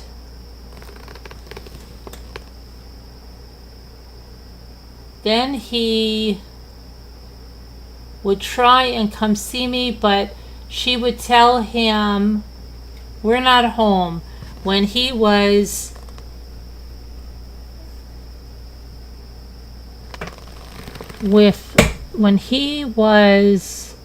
something with all and I have ever known gone, opened my heart to him, and we are building bond, 24 years, not too late.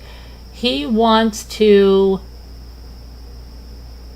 take me home with him and my stepmom, Christy, when I get out.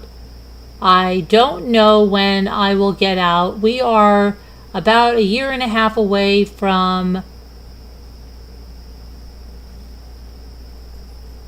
the prosecutor may offer a plea deal sooner on a case of manslaughter, which includes a sentence of 13 to 15 years.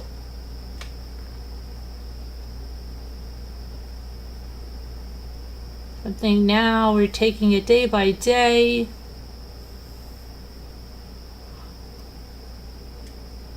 I'm out in general population with others in something is my favorite pastime. I believe God forsaken me. Something I pray. I don't know if you hate me or even want anything to do with me, but please write to me with your phone number so I can call. My lawyer, public defender's name is Mike Stanfeld. If you have any questions, he can answer them as to the case and maybe setting up a visit so I can see y'all. I love you so much. Please know I'm still the sweet girl who loves Disney princesses and kitties. I'm just lost.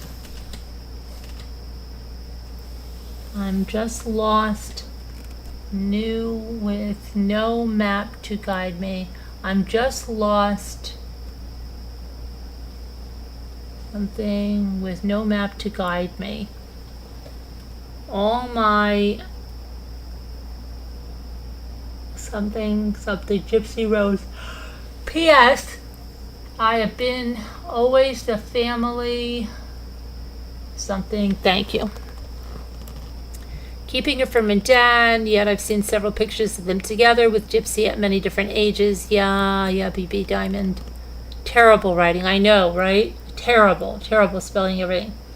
Okay, so now here we have, I received an inmate to staff request from inmate Amanda Flores, date of birth February 14th, 1986, who was incarcerated in the Greene County Justice Center on unrelated charges. Flores stated she had information about the homicide Gypsy was involved in. I made contact with Flores and escorted her to an interview room. The interview was video recorded and logged into evidence. The following is not intended to be a transcript, but a summation of the interview. It's still by Officer Hancock, okay? Now, True Crime and the Paranormal says, did you know that Dee Dee and Rod got back together for a short time? Is that when they had pictures of them together when Dee Dee was pretty young? Is that when that happened? We're going to have some call-ins after this. If you'd like to call in, stay in the chat and you can call in. We'd love to have some call-ins. Okay? If anybody wants to call in and say something and you want to say it now, you can call, you can say, I'd like to call in. Okay, so there's a picture of Dee Dee and Rod with Gypsy, and she has her hand around his face. I'm going to try to find it. Okay.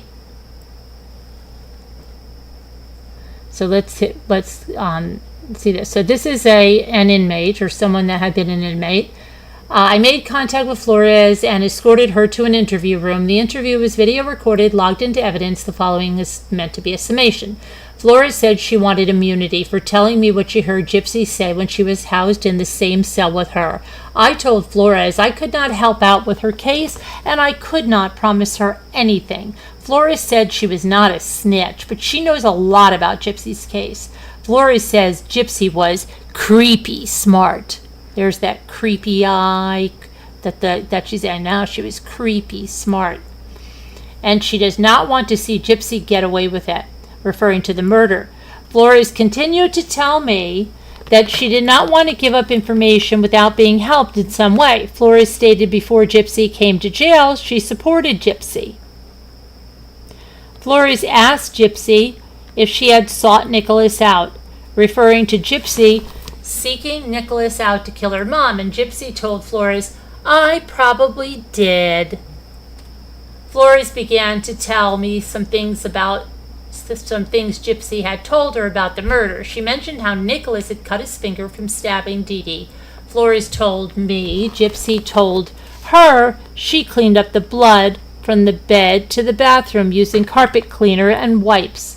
During my interview with Gypsy, she told me several times she did not go into her mother's room after she was dead. Gypsy told Flores she cleaned up pretty good. Flores said Gypsy would talk about missing her stuffed animals, but Flores could not remember what kind of stuffed animal it was. Gypsy tried to use one of Flores's friends to pass a note to Nicholas, and Flores said she got upset with Gypsy and told her she was not going to use her friends to pass notes. Flores admitted to me Gypsy had told on her for having a misdemeanor amount of marijuana, but Flores said this was not the reason she was talking to me. Flores gave me two other inmates' names, Marcala Lutz, 1/11/1984, and Mariah Rodriguez, 6/30/1988, who she said wanted to talk to me. Flores said Gypsy's attorney went to Louisiana to visit Gypsy's family. Flores mentioned how Gypsy had told her on more than one occasion while they were housed in the same cell together that I'm going to get away with this, referring to the murder. Gypsy told Flores what Nicholas was saying when he stabbed Dee Dee. Flores said Gypsy told her Nicholas was saying, you're going to be dead before this happens, when he was stabbing Dee Dee. Flores and Gypsy started talking in the cell one night to her, Lutz and Rodriguez, about how she put the knife in Nicholas's hand and told him to go kill her mother. Flores told me Gypsy told her she turned the air conditioning down to 40 degrees to preserve her mom's body, and she cleaned up the blood, including blood in the bedroom. Flores said Gypsy told her she went into Dee Dee's bedroom after she was dead and took $5,000 out of a drawer from a table beside her mom's bed. Flores said the money was in a zipper-type bag. Flores had nothing further pertinent to the murder. She was escorted back to the jail staff. Okay, here we go. There's another one here. I received an inmate to staff request from inmate Amanda Flores, who was incarcerated at the Greene County Justice Center on unrelated charges. Flores stated she had information about the homicide Gypsy was involved in. See the supplemental report on Flores for the information she had given me during an interview. Flores gave me the names of two other inmates, Mariah Rodriguez and Marcala Lutz, who wanted to talk to me.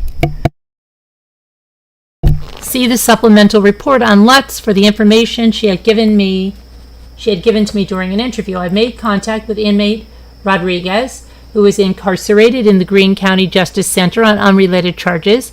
I advised Rodriguez of the reason for me contacting her, and she stated the only thing she knew about Gypsy was that she had written a letter to Rachel and Ray about how her part in the murder was small. Rodriguez did not want to talk any further. I returned Rodriguez to the jail staff. The interview was video recorded and logged into evidence. Okay. I made contact with Marcala Lutz, date of birth 1/11/1984, who was incarcerated at the Greene County Justice Center on unrelated charges to Gypsy's case. Lutz told me Gypsy talked about her case when they were housed together on Tower 2 in Greene County Jail. The following was video recorded and the DVD was logged into evidence. Whoopsie. Hold on a minute. The following is a summation of the interview. It is not intended to be a transcript of the interview. Lutz said Gypsy told her about how she set the thermostat to 40 degrees to preserve Dee Dee's body to keep the smell down because she knew she was going to be leaving the state. Lutz talked about how Nicholas had cut his finger during the stabbing and how Gypsy was hiding in the bathroom while he was committing the murder. She talked about how Gypsy had cleaned up the blood from her mother's bedroom to the bathroom with carpet cleaner and wipes. Lutz went on to talk about how Nicholas was going to R Dee Dee or Gypsy. She talked about how Nicholas was into incest. Lutz said Gypsy told her she was R'd both ways by Nicholas after the murder. Lutz said Gypsy was not innocent and she was a sick person. Lutz says Gypsy had gone into her mother's bedroom after she was murdered to clean up the blood from her mother's bed to the bathroom. Lutz was told when Nicholas had come into the house, Gypsy and Nicholas had kissed, and Dee Dee was already asleep. Nicholas went over to a chair where there was a box of spring cleaning items and picked up a knife. Lutz did not have a description of the knife. The knife was by the box of cleaning supplies, and Nicholas picked up the knife and then took off. Lutz said they mailed the knife to another state, but she could not remember what state it was they mailed it to, but she knew it was where Nicholas had lived. Gypsy had $5,000 from a nightstand in Dee Dee's bedroom. Lutz said there was $10,000 in a nightstand originally. However, Dee Dee had put some money down for a new vehicle. It should be noted between Dee Dee and Central Bank of the Ozarks that was located for the purchase of a 2011 Nissan Cube on April 9th, 2015. The contract indicated $5,000 in cash was put down towards the purchase of that Nissan Cube. Gypsy told Lutz after the murder she and Nicholas called a cab to pick them up, and they went to North Glenstone, somewhere to a hotel. They rented a room for the night, and the next day they went to the Greyhound bus station in Springfield, Missouri, to leave the state, but they could not get a ticket for the both of them, so they went back to the hotel and stayed another night. You just sent the photo? Okay, let me see.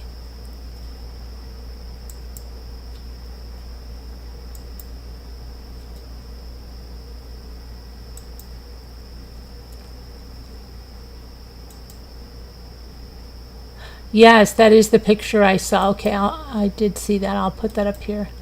That is exactly the picture I saw. And he was a lot younger than her. There was a 7-year difference.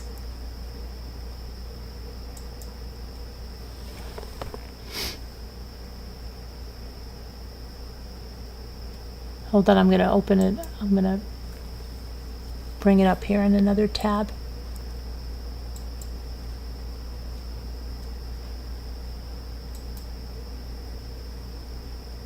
Yeah, that's the picture I saw. While you look at that, I'm just going to get some more ice and another drink because I have to have something. There's a lot more to go through here. I'll be right there.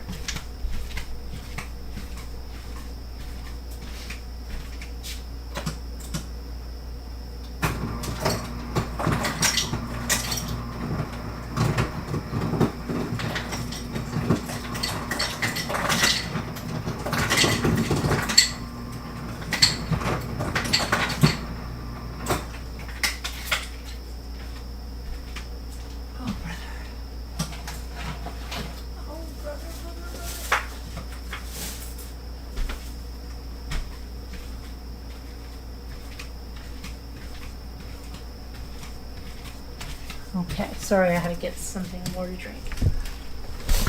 As I am down to like nothing here. Okay.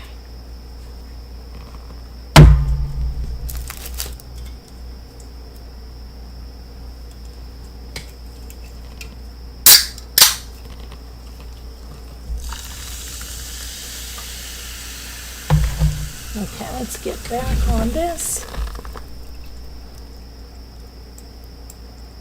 Okay. So, let me get back to the chat. He was 17, right, when he married her. I was wonder why they didn't take all of the money.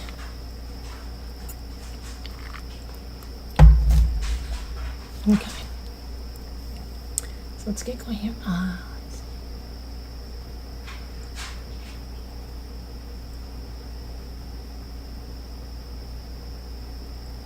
5,000. Gypsy told Lutz after the murder she and Nicholas called a cab to pick them up. Okay, they went in the hotel. Gypsy told several of the female inmates on Tower 2 about how Lutz was strong-arming her for her phone time. Lutz said she never used Gypsy's phone time and denied the allegations. Gypsy told Lutz if she and Nicholas would have had a baby girl together, Nicholas wanted to have with the daughter because he was into that. Gypsy cried about Nicholas, but she never cried about her mother's death. Lutz said inmate Amanda Flores had told her Gypsy talked about how she planned different ways to kill her mother. Some of the ways she planned to kill her mother were by strangling or poisoning, stabbing. Lutz said Gypsy told her she paid for everything, the bus ticket, the hotel room for both nights, and the cab fees. Lutz filled out a statement, and that statement was put with the case. Lutz had nothing further to add about the homicide.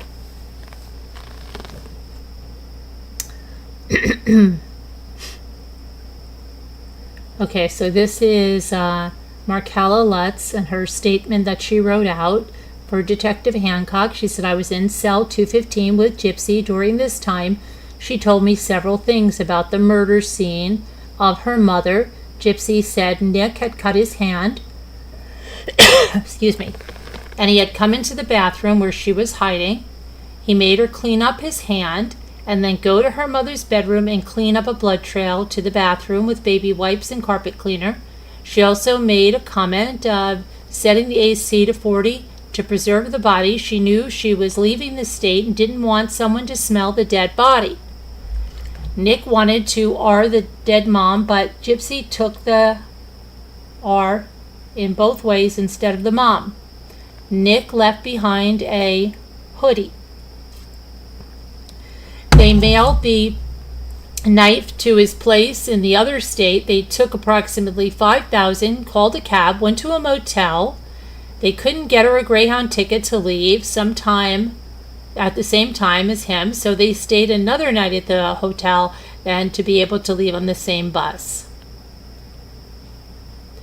Okay, this is also Investigator Hancock says on August 12, 2015, I made contact with the manager of the Days Inn to request to take photographs of room 226 and 227, and I was given 2 key cards to gain access to both rooms. They were not rented at the time, and I took photographs of room 226 and then 227. Both rooms were unoccupied. I took several photographs of both and completed a photograph log.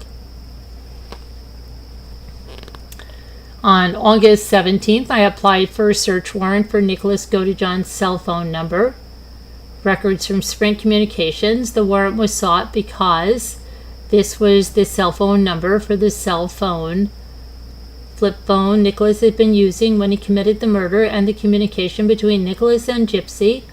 The Greene County Honorable Judge Dan Imhoff signed the search warrant. The search warrant was faxed to Sprint Communications. The search warrant return was completed on August 19th. On August 17th, I applied for a search warrant for Gypsy Blanchard's Yahoo account records from Yahoo Inc. The warrant was sought because it was believed her records contained information related to the murder of Dee Dee Blanchard. The Honorable Judge Dan Imhoff signed the search warrant. The search warrant was emailed to Yahoo Inc. The search warrant was returned completed August 20th. The Yahoo accounts were for 2 Forevermore 1 at Yahoo and Twin flames soulmates. Oh my gosh, here's another connection to those twin flames. Oh my goodness. Twin flames. Soulmates at yahoo.com. Gypsy Blanchard with an E at yahoo.com, and any Yahoo ID number associated with that number. Okay. On August 17th, I applied for a search warrant for 4 thumb drives that were located and recovered in Nicholas Godejohn's bedroom. Let's see. These thumb drives were located in the bedroom with computers. They were used for communication between Gypsy and Nicholas. Statements were made from Nicholas about researching ways to kill someone. The judge signed the search warrant, and the thumb drives and a copy of the search warrant were given to the Springfield Police Department investigator. Okay, and that investigator was Michael Costello. On August 30th, I received a letter and a CD from Sprint Communications from Nicholas's cell phone records pursuant to a search warrant. The search warrant was sought because the phone number was associated with the flip phone he had used prior to the murder of Dee Dee Blanchard. The letter was a response from Sprint Telecommunications. The CD was reviewed and logged into evidence. The CD contained several phone numbers, called and longitude and latitude information. I did not observe any new information on the CD. Okay, now this is the investigator that spoke with Nick. Interview with Nicholas Godejohn. Now, we watched this in 2 parts. If you missed it, you could always go to the playlist for this and watch it. On June 15th, while assisting with the homicide investigation reference to the death of Dee Dee Ann Blanchard, I was assigned to respond to the Waukesha County, Wisconsin, to locate and interview Nicholas P. Godejohn. On June 16th, at 11 hours, I made contact with Nicholas P. Godejohn in an interview room at the Waukesha County Sheriff's Department. Nicholas was advised of his Miranda warning, to which he acknowledged that he understood by both initialing and signing the Greene County Miranda form. The following is a summation of my recorded audio and video interview with Nicholas Godejohn, and it is not intended to be used as a transcript, okay? Nicholas identified himself as Nicholas Paul Godejohn. Nicholas said he was 26 and he graduated from Nathan Hale High School in West Allis, Wisconsin. Nicholas said he has only lived in Big Bend for a few months and that he lived in Waukesha, Wisconsin prior to moving to Big Bend, Wisconsin. Nicholas says he does not have any children. He said that he and Gypsy Blanchard first met via an internet dating site, Christian Dating for Free. Nicholas said he met a couple of people prior to meeting Gypsy on the dating site. Nicholas said the name Gypsy was used on the dating site and it was Gypsy Rose, and he used Nicholas Godejohn. Nicholas said 4 days after meeting Gypsy on the dating site that he and Gypsy decided to start a committed relationship, and he said the way that we clicked, it made it seem like, we somehow just knew we were right for each other.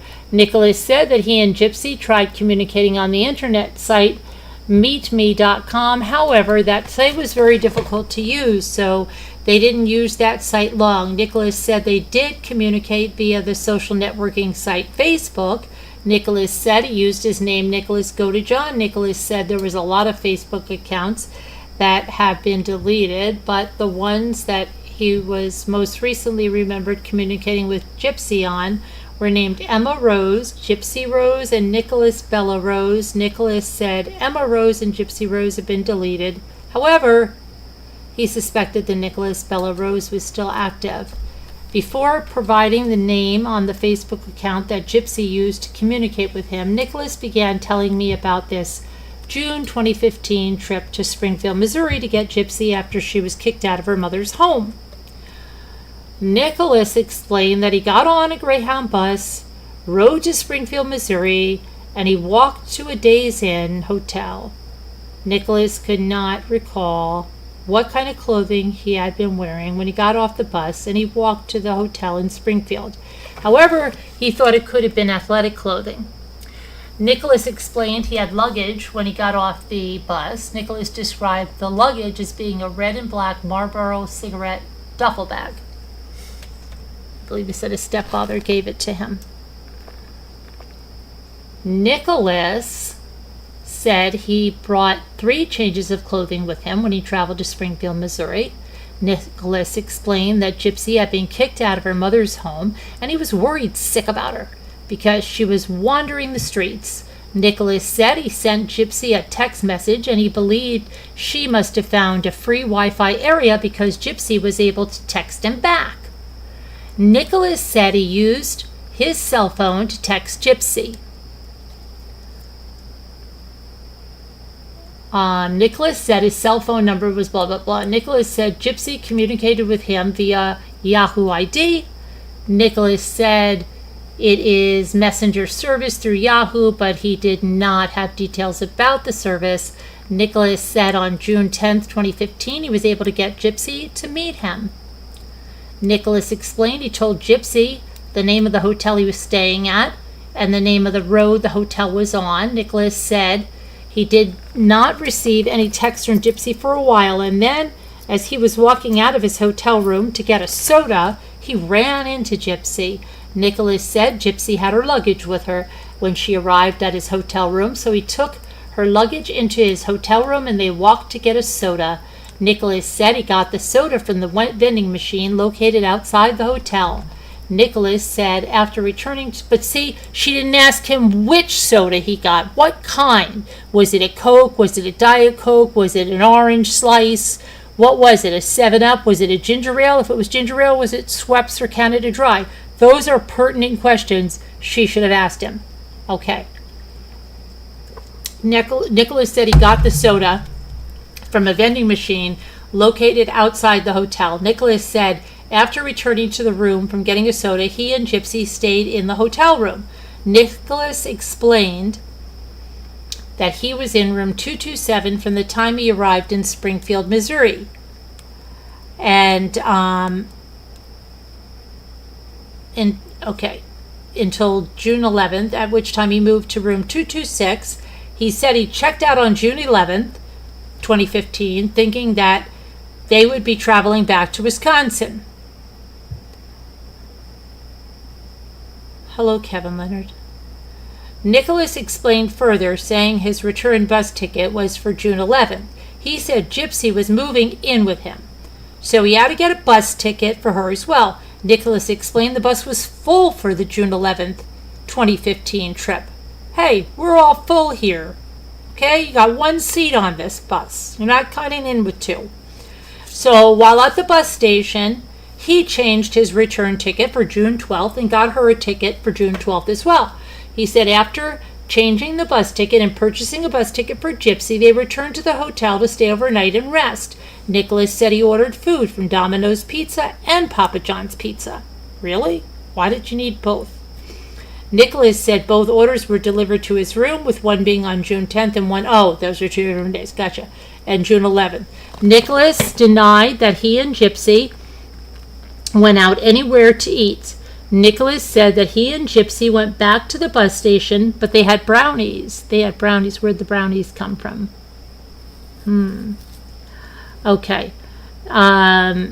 Nicholas said that he and Gypsy went back to the bus station on June 12th to travel back to Wisconsin, and once he and Gypsy arrived in Milwaukee, Wisconsin, that his mother picked him and Gypsy up from the bus station and drove them to Big Bend, Wisconsin. And Nicholas said this was the first time that his mother had ever met Gypsy. Mom, this is Gypsy. Gypsy, this is my mom. After listening to Nicholas tell his initial story about meeting Gypsy, traveling to Springfield, Gypsy being kicked out of her home, and the travels back to Wisconsin, I explained to him I knew he had not told the whole truth, and that the events surrounding his visit to Springfield, Missouri. I explained to Nicholas that Gypsy told us a different story, and that he had, and I encouraged Nicholas to be honest. Nicholas said, well, the truth is I worship her. So there's no way I wouldn't do the honorable thing for her. I asked Nicholas if Gypsy knew he was going to kill her mother, and Nicholas responded, honestly, she asked me to do it. Honestly, she asked me to do it, ma'am, because she felt it was the only way to be with me. Nicholas went on to explain that Gypsy had asked him more than once to kill Dee Dee. Nicholas said they discussed him killing Dee Dee on Facebook and during text messages. Nicholas said the truth is, okay, I'll admit it. I did actually stab her mom. I will admit it's the only reason I did it was I did it for me and her. That's the real reason I did it. I would have never did it if it was not for me and her.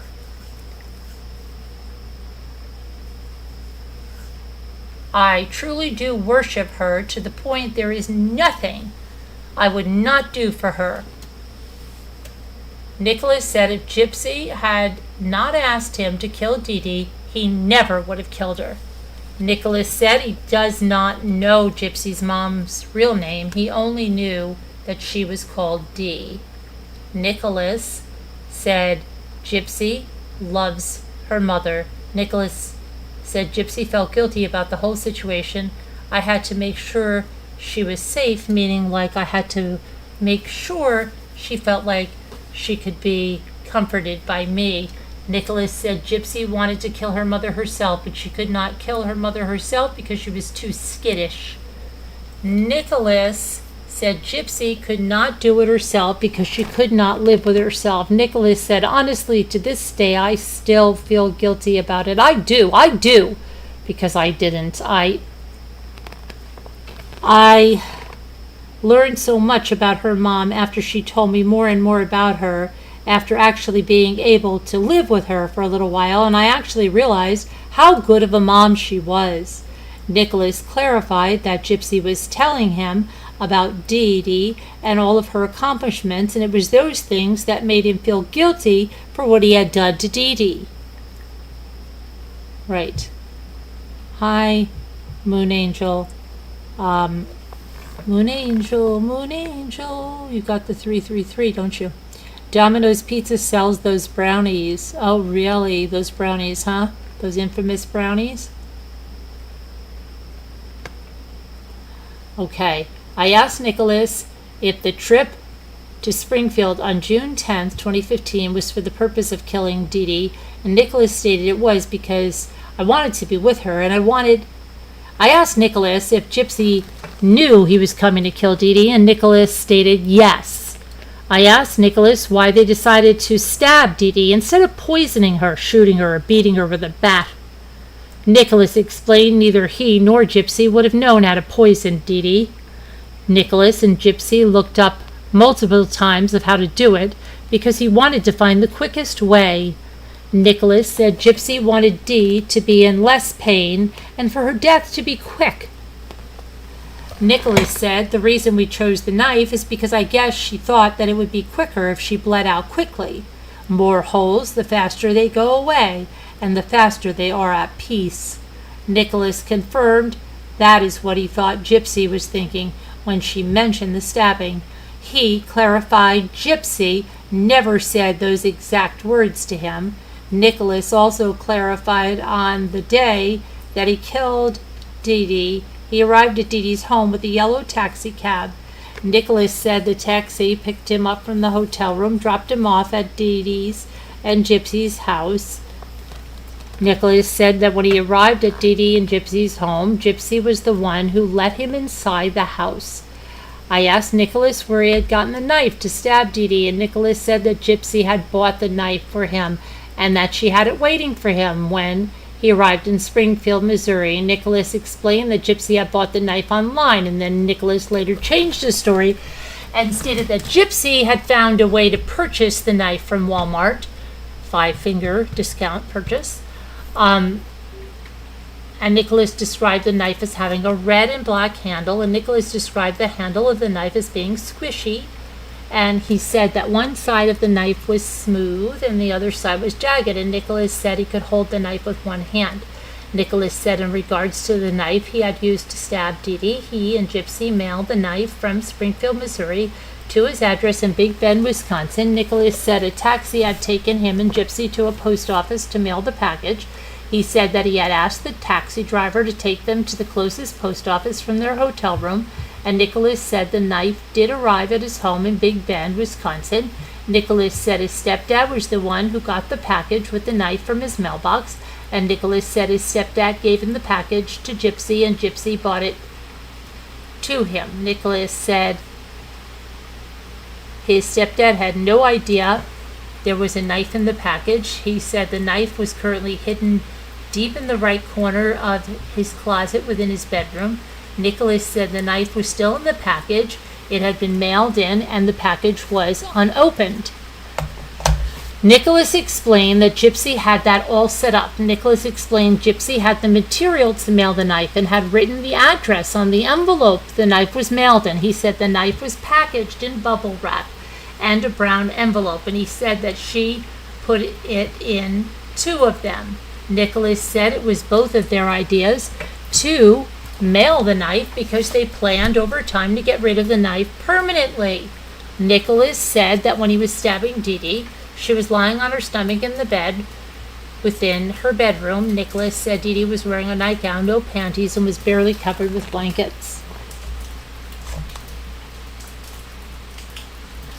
So easy access to her body. I asked Nicholas where the first place was that he stabbed Dee Dee. Nicholas said that he stabbed her in a random spot in her back. I asked Nicholas how many times he stabbed her, and he replied, 4. While holding up 4 fingers on his left hand. Nicholas said the 4th one, I felt it go into, I think it might have gone into her lungs because it was harder to get out. Nicholas explained he had to yank the knife out using one hand. Nicholas explained as far as the stabbing, he only stabbed Dee Dee 4 times, but he stated that he did cut her. Nicholas explained that he cut Dee Dee on the back of her neck, and Nicholas said he did see blood on Dee Dee's neck after he cut her. I asked Nicholas if Dee Dee said anything when she was being stabbed, and Nicholas said first she said help, then she didn't know, she didn't recognize who I was, and she said, who are you? And then she called out for Gypsy, but Gypsy didn't do anything. Nicholas said Dee Dee yelled for Gypsy 3 times. Nicholas explained Dee Dee pretty much yelped it, and that he used his own voice to mimic what he heard Dee Dee yelling. I asked Nicholas what he did when Dee Dee was yelling, and he responded, it didn't stop me from keep on going. I asked Nicholas if he could have stabbed Dee Dee more than 4 times, and Nicholas first stated that he was not aware of stabbing Dee Dee more than 4 times, but then later he stated it was possible. Nicholas said he counted the ones that went in deep, but he did not count the other ones. Nicholas said he cannot remember everywhere he stabbed Dee Dee because he thought it's a blockage because of the guilt. Nicholas denied Gypsy ever stabbing Dee Dee. He explained she couldn't do it, and that's the reason she asked me to. I asked Nicholas where Gypsy was when he was stabbing Dee Dee. Nicholas said Gypsy was hiding in the bathroom. Nicholas explained Gypsy was hiding because she did not know if Dee Dee would actually end up killing him. Nicholas went on to explain that she didn't believe I could actually do it. That's what I think it was. She didn't think I was capable of it. I asked Nicholas whose decision was it that Gypsy would hide in the bathroom when he was stabbing her, and he said it was Gypsy's decision to hide in the bathroom. Nicholas said Gypsy went into the bathroom and locked the bathroom door. Nicholas said he did not allow Gypsy to see Dee Dee after he killed her because he didn't want Gypsy to be traumatized. Nicholas said while he had spoke to Gypsy about R-ing Dee, he did not want to R her, and he did not touch her body, dead or alive, in any sexual manner. Nicholas thought that it was disturbing for people to do that with deceased people. Nicholas said after he was done stabbing Dee Dee, he went to the bathroom door where Gypsy was hiding. He said that they had set up a code prior to Gypsy locking herself in the bathroom so Gypsy would know it was him and not Dee Dee at the bathroom door. Nicholas went on to explain the code he and Gypsy had come up with was that he would knock 3 times and scratch twice on the bathroom door, which would signal to Gypsy that was him on the outside of the bathroom door. Nicholas said they discussed several ideas, but that the 3 knocks and 2 scratches was the one that they stuck with. Nicholas explained Gypsy did not open the door right away after he had killed Dee Dee and given the signal for her to open the door. Instead, she wanted to shave her private parts in her legs. Nicholas explained Dee Dee would not let Gypsy shave her legs. I asked Nicholas if he made Gypsy shave her legs and private parts, and Nicholas said, I think it was a combination of both of us. I mean, I wanted her to do it. I'll be honest, I did want her to, but I think she wanted to do it because she wanted to make sure she pleased me, made me happy. Nicholas said after Gypsy shaved her private parts in her legs, they started cleaning up around the house. Nicholas said Gypsy was completely naked while she cleaned up the blood. Nicholas explained that they were cleaning up anything that has memories of her. Nicholas said she took some pictures away and she actually threw them in the trash. She tried to get rid of things that would give you guys the idea that she really lived there. Nicholas said they did clean up the blood, stating, I believe it must have been mine because I actually stabbed myself in the process. Nicholas showed me his right index finger, which had a small bandage on it. Nicholas also pointed out an area on his left forearm which was bandaged. Nicholas said it had been injured during the killing of Dee Dee. However, the injury had been injured again when he had been taken into custody by the Waukesha County law enforcement. Nicholas continued talking about the cleanup that occurred at Dee Dee's house. Nicholas said for a while he and Gypsy cleaned together, but because Gypsy wanted to get the cleanup done faster, she started cleaning by herself. Nicholas said Gypsy used a cleaner and an odor remover. He said the bottle Gypsy used to clean up the blood was a reddish in color. Nicholas said that there was liquid in that reddish bottle, and Gypsy poured the liquid on the blood. Nicholas said Gypsy then used paper towels and or wipes to clean the blood. Having been told the crime scene contained spray bottles with a blue in color liquid in them, I asked Nicholas about the spray bottles that had been located inside of Dee Dee's residence, and Nicholas said he could not recall ever seeing those spray bottles. Nicholas said after Gypsy cleaned up the blood, she wanted to have relations with him, and Nicholas explained he and Gypsy had relations in every way. And on Gypsy's bed within her bedroom, Nicholas described Gypsy's bed was full of stuffed animals. He said they moved the stuffed animals off the bed, and after they finished, they put the stuffed animals back on the bed. Nicholas said the intimacy they had, that it was consensual. He said, obviously, I was the one in charge, but she went along with it willingly. I asked Nicholas if Dee Dee was making any noise or if she was dead when he and Gypsy were being intimate. Nicholas responded she was probably long gone by then. Nicholas said he did not ejaculate during their intimacy with Gypsy, nor at any other time when they were inside the Blanchard home. Nicholas said he felt he might have had too much stamina or endurance or something like that because it takes a lot to get him even close to that. Nicholas said the sex with Gypsy concluded when she had an orgasm and she performed on him. Nicholas said after they were intimate, they realized they had a lot of packing and stuff that needed to be done. He said they began packing all of Gypsy's clothes, the movies, and whatever she thought that they would need pretty much. Nicholas said some of the movies they packed were the Game of Thrones, True Blood. Nicholas said stuff they gathered during packing was placed in Gypsy's pink suitcase and a black backpack, which Nicholas described as being black with writing on it. Okay, let's see. You don't think they were on her bed, BB? Diamond? Nicholas said after they packed everything they wished to take from the house, Gypsy began cleaning things in an attempt to get rid of all of the fingerprints. Nicholas explained Gypsy used a disinfectant and patted down the areas that he might have touched. Nicholas and Gypsy did this because she did not want him to get caught.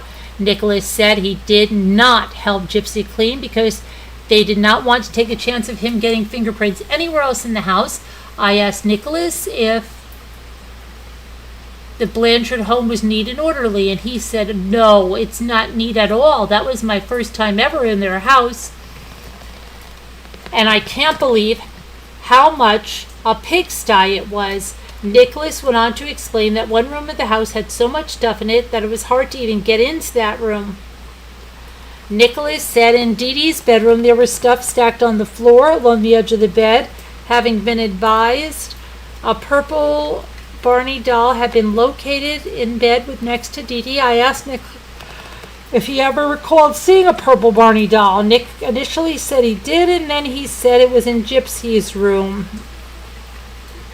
However, after giving it some thought, he said he can't recall where he had seen it in the house, and that even later he stated he had not seen the doll.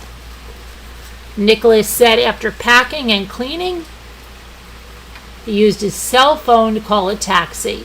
Nicholas said a yellow and colored taxi came to the Blanchard home, picked him and Gypsy up, and Nicholas could not recall the exact date the taxi came, but explained the sun was coming up when the taxi came and took them.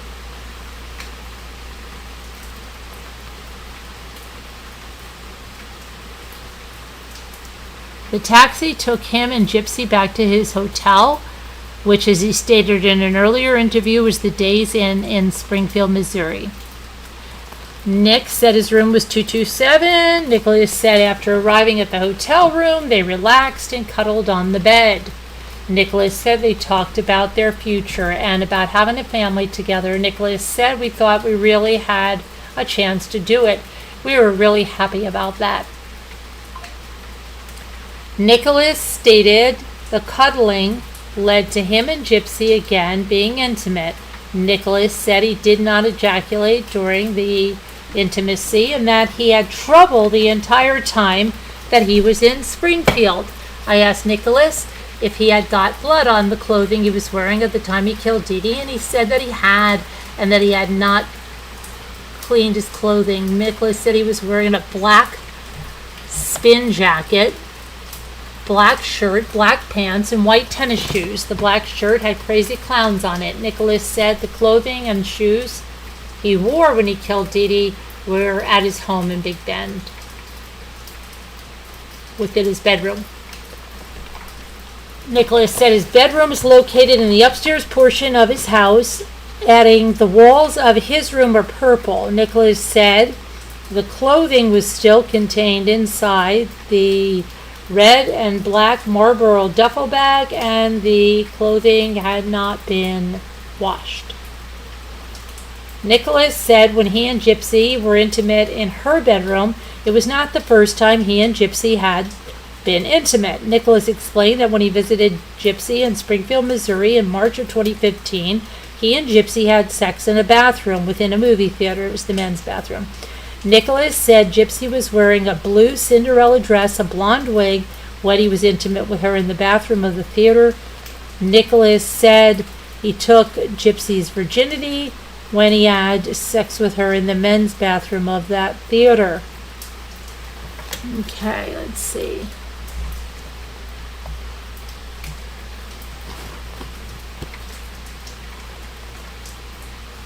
And he explained that March 2015 was also the first time he ever met Dee Dee.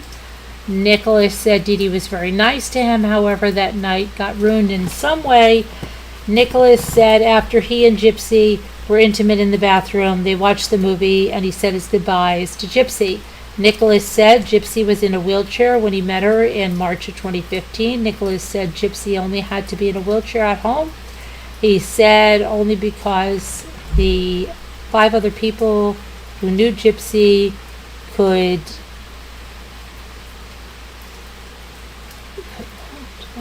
hold on.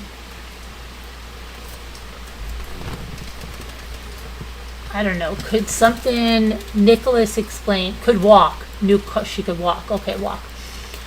Nicholas explained further, stating Dee Dee wanted everyone to think Gypsy was 16 and disabled was 14, actually. He said, yeah, she kind of felt trapped in a wheelchair when she and I was actually trying to encourage her to be able to walk more and more. Nicholas described the wheelchair as being motorized. Nicholas said Gypsy had no problem walking and can walk up and down stairs, all without any assistance. Nicholas explained that when he first came to Springfield, Missouri in March of 2015, and then the second time in June 2015, Gypsy paid for his travels to and from Springfield, Missouri. Nicholas said Gypsy sent him cash in the mail for both trips. Nicholas said each time Gypsy sent him $400 in cash. Hold on, I need a drink here.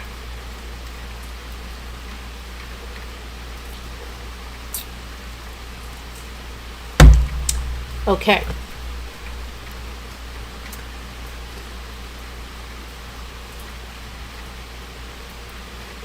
Did we go? Nicholas explained the travels. Nicholas explained sent him cash for both trips and that she sent him $400. Yes. Nicholas said in reference to killing Dee Dee that he had a weird feeling he was going to get caught. Nicholas said he was not sure when it was going to happen, but he had a weird feeling in his stomach that it would. Nicholas said he and Gypsy have cried multiple times over what happened. Nicholas said, I told her that this will haunt me for the rest of my life because that's the truth. It will. When clarifying questions, Nicholas said he arrived at Gypsy's home on the night he stabbed Dee Dee. Gypsy met him at the front door. Nicholas said Gypsy was wearing a long, dark brunette wig. He said she already had the knife and a pair of blue or black gloves or green gloves for him to put on. Nicholas said Gypsy had not been wearing gloves at the time she was handling the knife. Now let's see. Nicholas said he and Gypsy had gone down to a Waffle House restaurant to eat while they were in Springfield, Missouri. He said the Waffle House was located right next to the Days Inn Hotel, and he and Gypsy had been staying at Nicholas's. Nicholas said, while he cannot recall the exact day, he did recall it was around 8 a.m. Nicholas said he was able to remember the time frame because this was a time frame he was reminded that Gypsy is lactose intolerant. Wasn't she drinking a milk in the interview room out of that little box? Yeah. Okay. Nicholas said he ate a steak and cheese omelet with raisin toast and hash. Okay.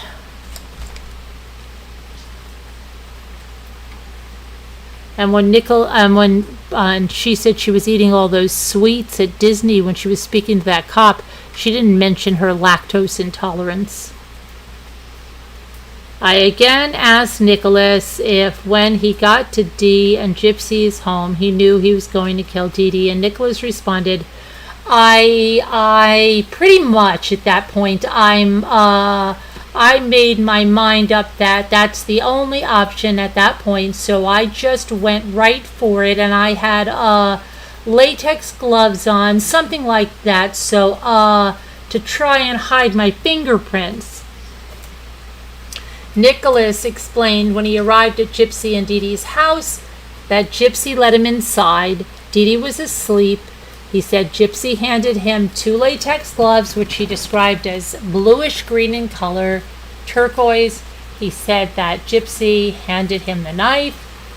Nicholas said the latex gloves were used to hide his fingerprints. I asked Nicholas if Gypsy had gloves on when she handed him the knife, and Nicholas responded, her fingerprints will be on the knife.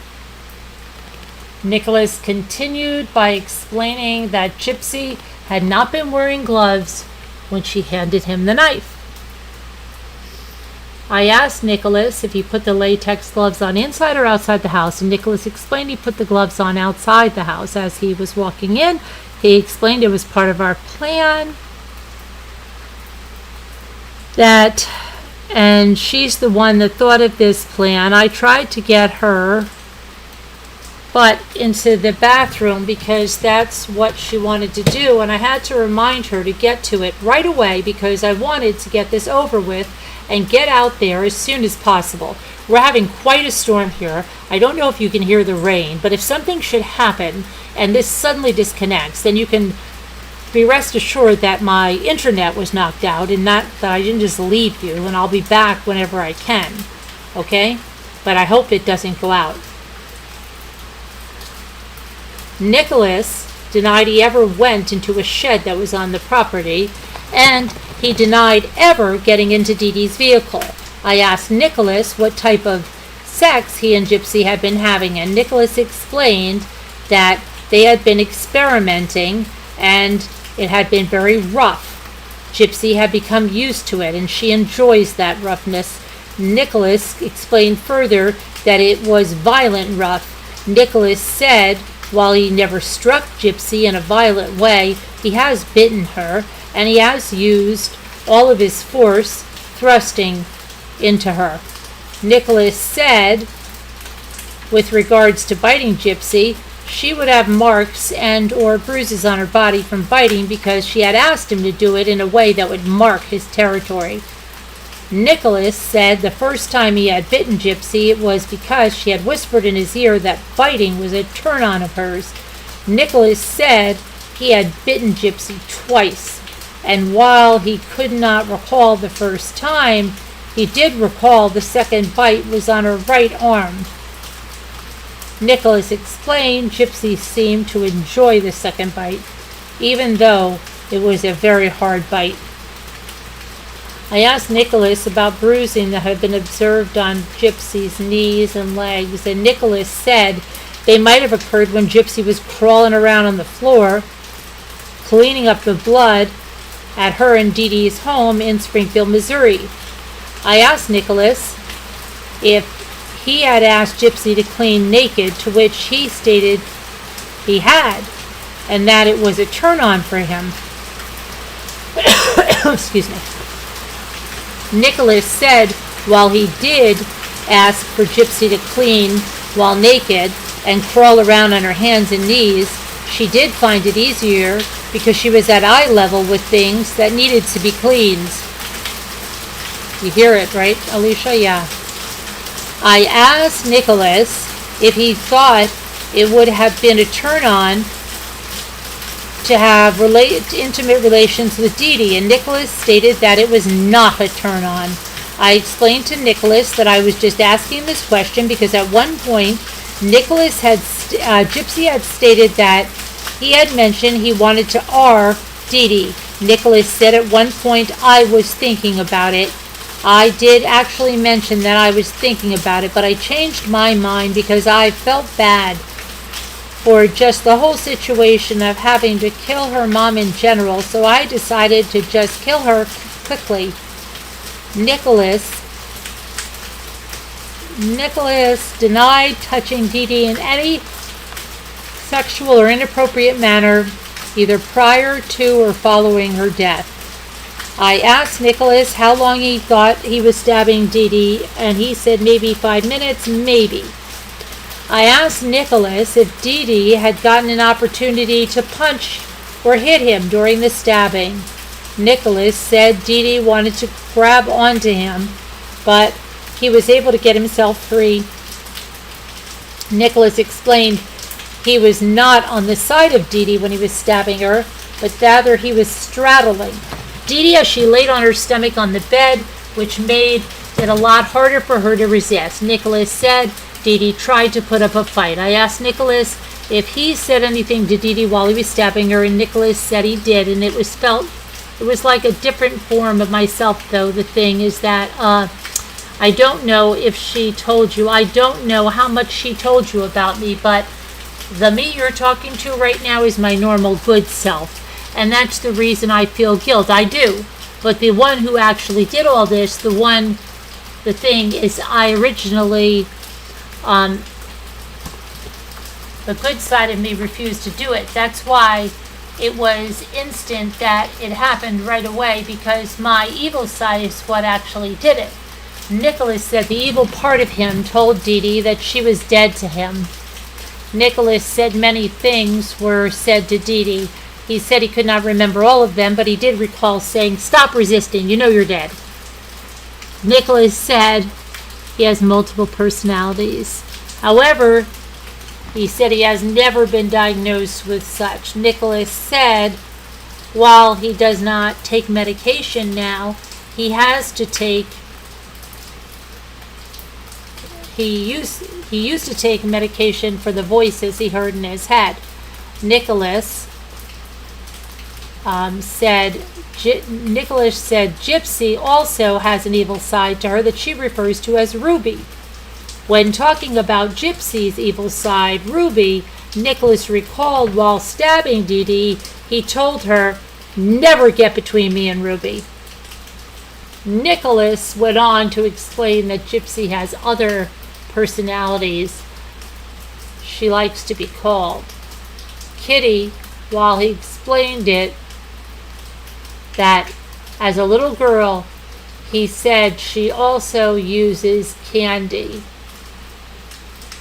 I asked Nicholas if the good part of him that he kept mentioning was what got him on the bus to travel to Springfield, Missouri to kill Dee Dee, and Nicholas said it was, however, the killing was solely the evil part of him. Nicholas said the killing of Dee Dee was the only time his evil side has ever come out in his life. Nicholas said besides killing Dee Dee, he has never harmed anyone else in his life. Okay. I asked Nicholas about Facebook posts that had been made from the Gypsy Blanchard Facebook page with regards to someone being harmed, and Nicholas said he does not know the password for the Facebook page and that the postings were made by Gypsy. Nicholas said Gypsy had made the posts prior to him having any knowledge of them, and she kind of surprised me with it. Nicholas said when Gypsy told him about the post, he thought, "What the heck?" She kind of freaked me out. Nicholas said he felt Gypsy had made the post to speed up the process. Nicholas went on to explain he felt Gypsy wanted law enforcement to get involved more quickly and to get people's attention. I asked Nicholas if he and Gypsy had anything other than a knife. Nicholas stated they had hid money that they stole from Dee Dee, which Nicholas explained as being Gypsy and Dee Dee's savings. Nicholas said he took the money from Dee Dee's bedroom after he killed her. He said when he was entering Dee Dee's bedroom, he made a quick right, and there would be a one-drawer dresser. He said the money was in the drawer of that dresser. Nicholas said the money was contained in a pouch. Nicholas and Gypsy said Gypsy had told him where the money was within the bedroom and so that he could retrieve it. Okay, let's see here now. As she refused to go to the bedroom where Dee Dee was deceased. Nicholas said with regards to a safe that was located in Dee Dee's bedroom. Somehow, most of the money, Gypsy got out of the safe because we had a lot of money, Nicholas said. He and Gypsy took thousands of dollars and they had barely used any of the money. Nicholas said they intended on saving the money as a nest egg. Nicholas said the money could be located in his bedroom within a backpack. In speaking with Nicholas about the money, he said Gypsy he confirmed he and Gypsy had gone to a Walmart near his hotel room. He said they went there the day before they were to leave for Wisconsin, and they purchased condoms, a 2-liter of 7-Up, and lip balm. How much did they spend? Nicholas said he went into the store alone because Gypsy had friends in the store and she knew someone would recognize her. Nicholas also stated that he had gone to Walmart alone on one occasion before he could not recall the event day. Nicholas said when Gypsy was with him that they took him to Walmart. At 1:44:42, into the interview of Nicholas Godejohn, I stepped out of the interview room to speak with Greene County Sheriff's Office Detective Stan Hancock. In review of the video footage while I was out of the video room, it should be noticed that Nicholas said, "Oh, I gotta tell her that. That's the only time I can think of inaudible. I didn't realize they were going to have a female talk to me. I didn't realize a female deputy or detective. I am so out of it. I'm so worried about our Gypsy, though. I'm going to ask her a question maybe she can explain to me and answer too. I'm going to ask her, besides being honorable, where does the truth go to get me besides that? Because the reason I ask this is because me and Gypsy planned on lying our way through this.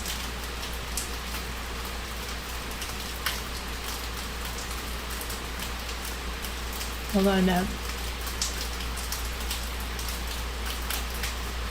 Because me and Gypsy planned on lying our way through this because we didn't know how much you guys knew. If we knew how much you knew, we probably would have perfected it at first. I did not know how much was known, and then until she came down, I'll wait for her though. Apparently she's going to come back in at 1 hour, 48 minutes and 10 seconds. While looking to the right, Nicholas appears to smile briefly. Then he looks at the camera. Nicholas then begins talking aloud again, stating, I don't know if I'm going to be able to see her again. I really don't know. I entered back into the interview room, at which time Nicholas wanted to know where telling the truth would get him, besides being honorable, and I explained that I could not answer that question. I asked Nicholas if he had ever killed anyone before. Nicholas responded, I asked him if he had ever thought about killing anyone. Nicholas responded, I might have had the thoughts going on in my head, but I haven't actually done it until it happened to Dee Dee. I asked Nicholas if he thought he would ever kill anyone else, and Nicholas responded, I can't see it happening. Right? I asked Nicholas if after he had stabbed Dee Dee and after he had intimacy with Gypsy and they packed up all of Gypsy's items, did they ever go back into Dee Dee's bedroom and move any of the blankets from Dee Dee's body? And Nicholas denied ever moving the blankets on Dee Dee's body. And Nicholas said neither he nor Gypsy called 911 in an attempt to get Dee Dee help. Nicholas said the first time his mother met Gypsy was at the bus station when she picked them up at Wisconsin. He said his parents think of him as the innocent type, so they never would have suspected him to kill anyone. Nicholas said his family has never in 26 years seen him do anything evil. At the conclusion of my interview with Nicholas, I asked him if he had anything else he wished to talk about, and Nicholas stated he did. And then he stated that the reason he had initially lied about what had occurred was because he and Gypsy agreed on a lie story. And he said, that's the reason I went with it. I learned she told you everything, so I just let it all out. I asked Nicholas what he and Gypsy's lie story was, and Nicholas said that they were going to say that he had come to Springfield by bus, and they got a hotel, and Gypsy began texting him while she was on the streets, and he said Gypsy was supposed to act like she asked for his room number so she could go straight to his room. And I asked Nicholas if he could go back and change anything. If he could go back and change anything, what would he change? And he said, I would the first thing is, this is something me and Gypsy have talked about at least 100 times since we've been able to live together these days, that she has been able to live with me. I keep going back and I keep asking her, because this is the question I keep asking her, because I ask her if I was the one who asked her before we did this killing that happened, I was the one who actually asked her, are you sure you wanted me to do this? And then she said yes. And after she said yes, the rest is the story you already know. But the question I kept asking her, besides that, I asked her, are you willing to risk everything to have everything you've ever wanted? And that's part of the reason why she risked her old life to have one with me. I explained to Nicholas that with all he said, he did not answer the question. I again asked what he would change, if anything, about what occurred, and Nicholas responded on how this happened. Oh gosh. Well, the thing is, I would rather not kill Dee Dee, the truth, because that's the main thing I regret the most of this entire thing. At 2 hours, 2 minutes, and 45 seconds into the interview, I again exited the interview room, at which Sergeant Hancock entered the room to take photographs of Nicholas. After Sergeant Hancock finished photographing Nicholas, and Sergeant Hancock exited the interview room, leaving Nicholas alone inside the interview room, Nicholas stated, just when they say detectives, it was plural, I'm freaking screwed. I'm freaking screwed. I did this for her and only for her. Actually, for us. So yeah, it was for us. I wouldn't have did it if it wasn't for us. She knew it was the only way to be together. I would apologize to everyone. Everyone except Dan. Dan is the only one I would not apologize to. Apparently she didn't go with it like screw it me. Apparently she decided to go with it like screw it me. I actually held together until I learned she didn't lie. I said screw it, I'll just tell the truth then too. I really realize just having to say it, I really just want the best possible outcome to this as possible. Oh no, hold on a minute. Hold on, I missed it, something. I said screw it, I'll just tell the truth too. I really realize how screwed I am right now. Inaudible. The thing is, if I tell the truth like I just did, yes, it effing sucks just having to say it. I really just want the best possible outcome to this as possible. I wonder what it is. I said all this. I want to know what it is. She said she would get the best inaudible for me as possible. The reason I want to know what it is, she said she would get the best inaudible for me as possible. The reason I said all this was because it's better to just let it all out. I honestly don't think there is anything else I can do anyway. I really don't like this situation at all. I mean, I feel horrible. I miss Gypsy. Don't get me wrong. The thing is, I thought she was going to protect me, but then she told the truth. I don't know if she did it because she, inaudible. I got a question for that lady. Does Gypsy even want to see me? I feel like she betrayed me. Where is that lady? She said she'd be right back. She is probably crying because she realizes she, inaudible. If someone's really checking on Gypsy for me, please, I got this weird feeling she is freaking crying because what she did to me, inaudible. I know the magic words to pleading.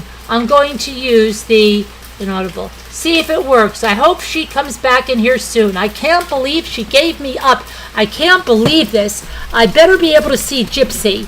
I just want to be able to hold her and tell her, inaudible, because right now you made me take the fall. You say you're sorry. You should have realized, inaudible. Let me take the fall. It'll be a lonely night after night. I really wish that Gypsy could say hi to me. I wish I could just hold on to her. To hurt as badly as I do, inaudible. Detectives, the thing is, I already feel guilty. There is no reason to punish me for something I'm already guilty of. Makes no sense punishing them for something they already know they're guilty of, meaning there is no need to sentence me to anything. This is a one-time thing. I'll never kill again. I freaking waited 26 years to freaking kill one person. I hope that that's the only person I ever have to kill. The DVD recording of my interview with Nicholas Godejohn has been logged into the Greene County Sheriff's Office property as evidence.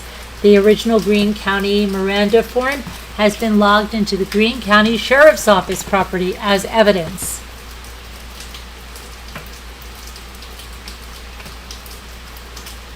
Okay, this is the rights. This is his rights here.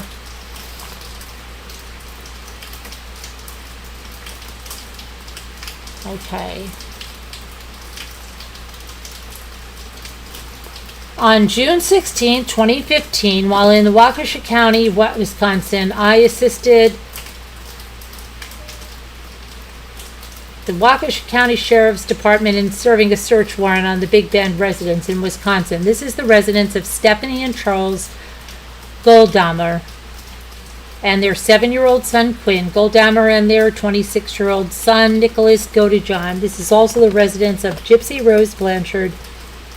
It has been located at June 15, 2015. The purpose of the search was to locate any and all evidence reference that travels to and from Springfield, Missouri, as well as the evidence reference the homicide of Dee Dee and Blanchard. Okay, so let's see. So she has 2 boys, 19 years apart.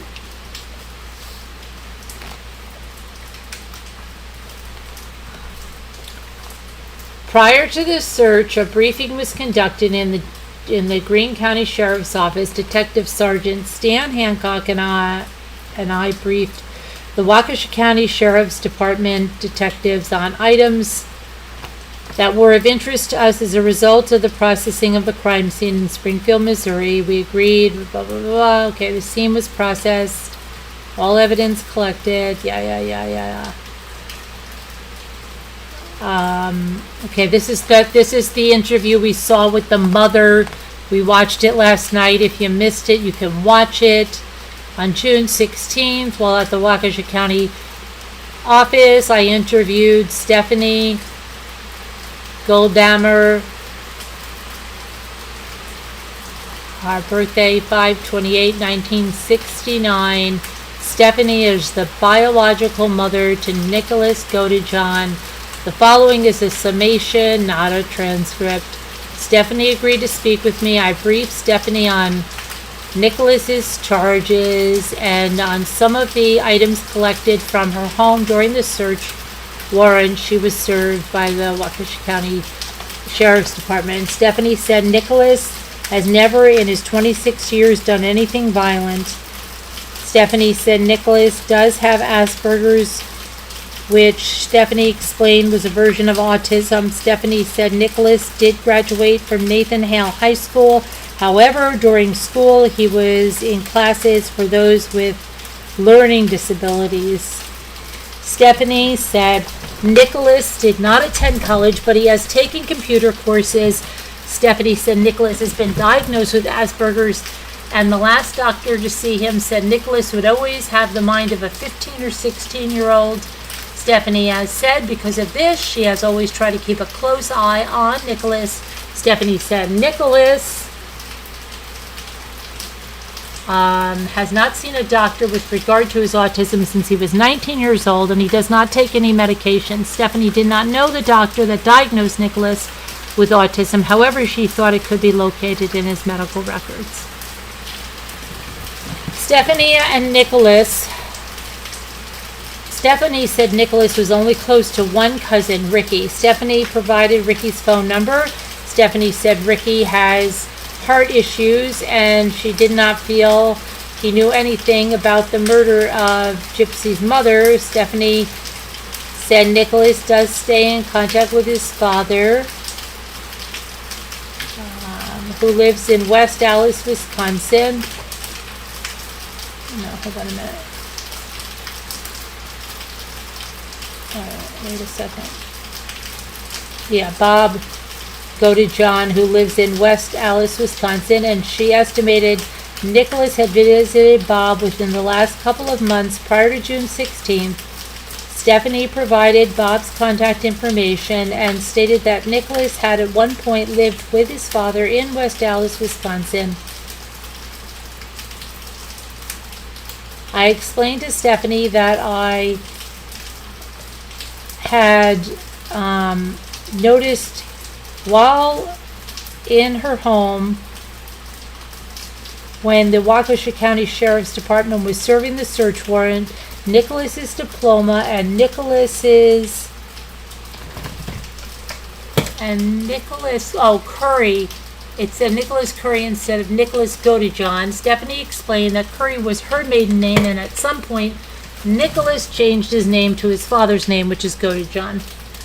Stephanie estimated that Nicholas had been talking to Gypsy for a couple of years. She explained the relationship as an online relationship. Stephanie, hold on one second. It's 1:11. Wish.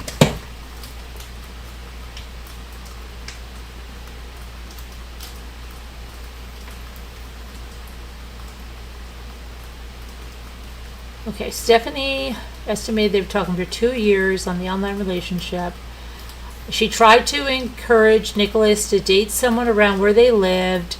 She said she did try to discourage Nicholas from his continued relationship with Gypsy because she was told by a friend that Gypsy had posted on Facebook her desire to have a child with Nicholas. Stephanie said Gypsy had sent Nicholas a ring in the mail. Stephanie could not describe the ring that Gypsy sent to Nicholas. Stephanie said Nicholas told her that Gypsy's mother was very protective of Gypsy. Stephanie said she tried explaining to Nicholas that if a parent does not want you around their kid, that was just how it was, and he should respect that. Stephanie said that she was told Gypsy was 19 years old. I explained to Stephanie some of the medical issues that Gypsy was reported to have, and most importantly, her inability to walk. Stephanie said that Gypsy walked just fine in her presence and was able to climb steps within the Nicholas's house. Stephanie said Gypsy never mentioned anything had happened to her mother. Stephanie then often referred to Gypsy. Stephanie said she often referred to Gypsy as the Beast when talking to her friends about Nicholas and Gypsy's relationship. Stephanie said When Nicholas told her he wanted to go to Missouri to see Gypsy, she was concerned for his well-being, as he had never traveled alone before. Stephanie said Nicholas had gone to Springfield, Missouri one time prior, June 9th. Stephanie stated both of Nicholas's visits to Springfield occurred in the year of 2015. Stephanie was asked if there's anything else she wanted to talk about. She said she wanted everyone to know, as much as she and her family have tried to get Nicholas to realize that there are other people to date besides Gypsy, he would not.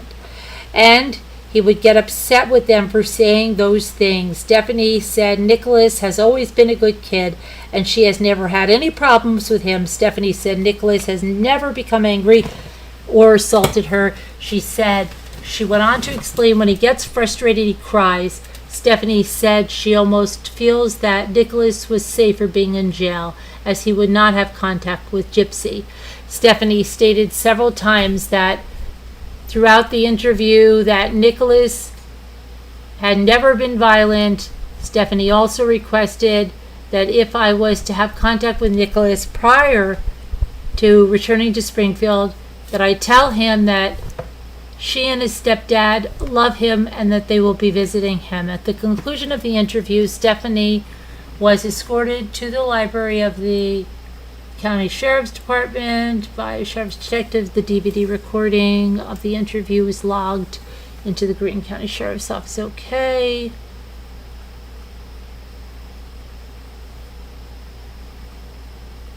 Well, this is about Ricky Godejohn.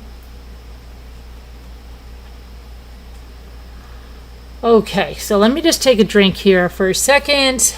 How's everybody doing?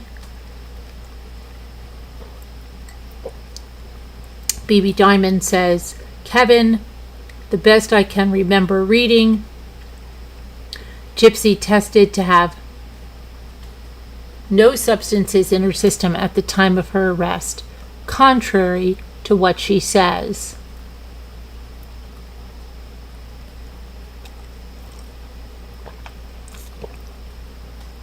BB says, you know, you don't see the sympathy, baby pictures, support, etc. for him like you do for her.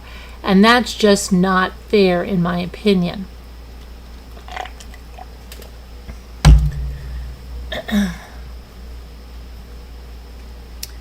And Alicia says, me too, I agree.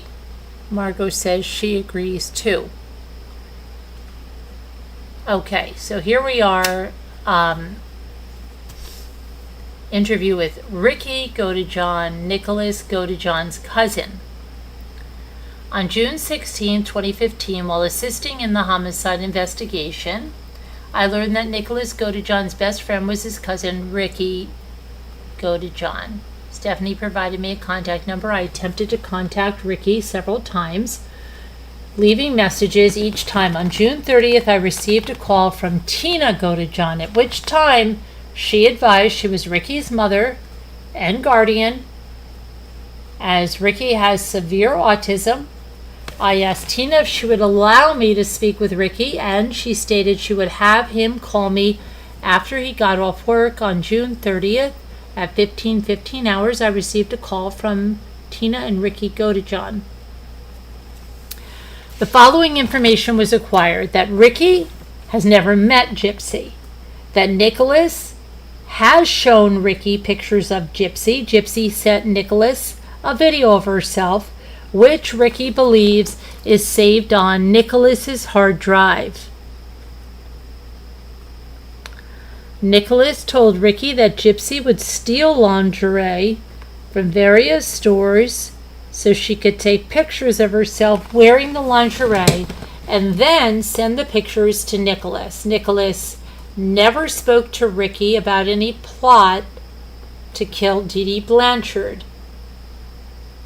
and he never mentioned the killing to Ricky after it had occurred.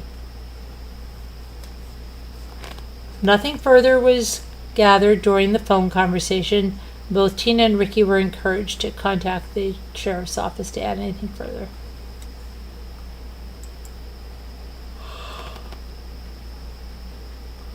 Now this is already put into evidence, compiled. This is Emma Rose. Hello, Mr. Godejohn. My name is Gypsy Rose. I'm Nick's girlfriend.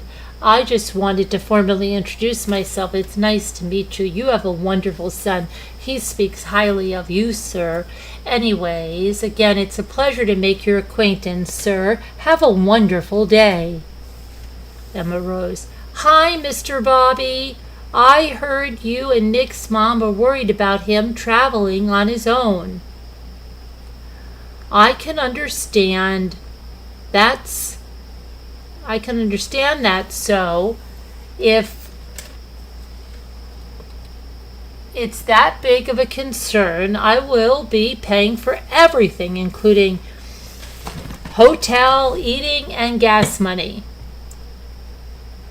If someone could drive Nick down here to Springfield, Missouri, it's a small reason. Nick's coming to visit me. We are going to see a movie together, Cinderella, on the 12th at 5 p.m. So we planned this trip for 2 years because we wanted to see this movie and meet up for a long time. So I paid for a Greyhound bus ticket, round trip, of course, but I can understand that you all are worried and only want Nick to stay safe.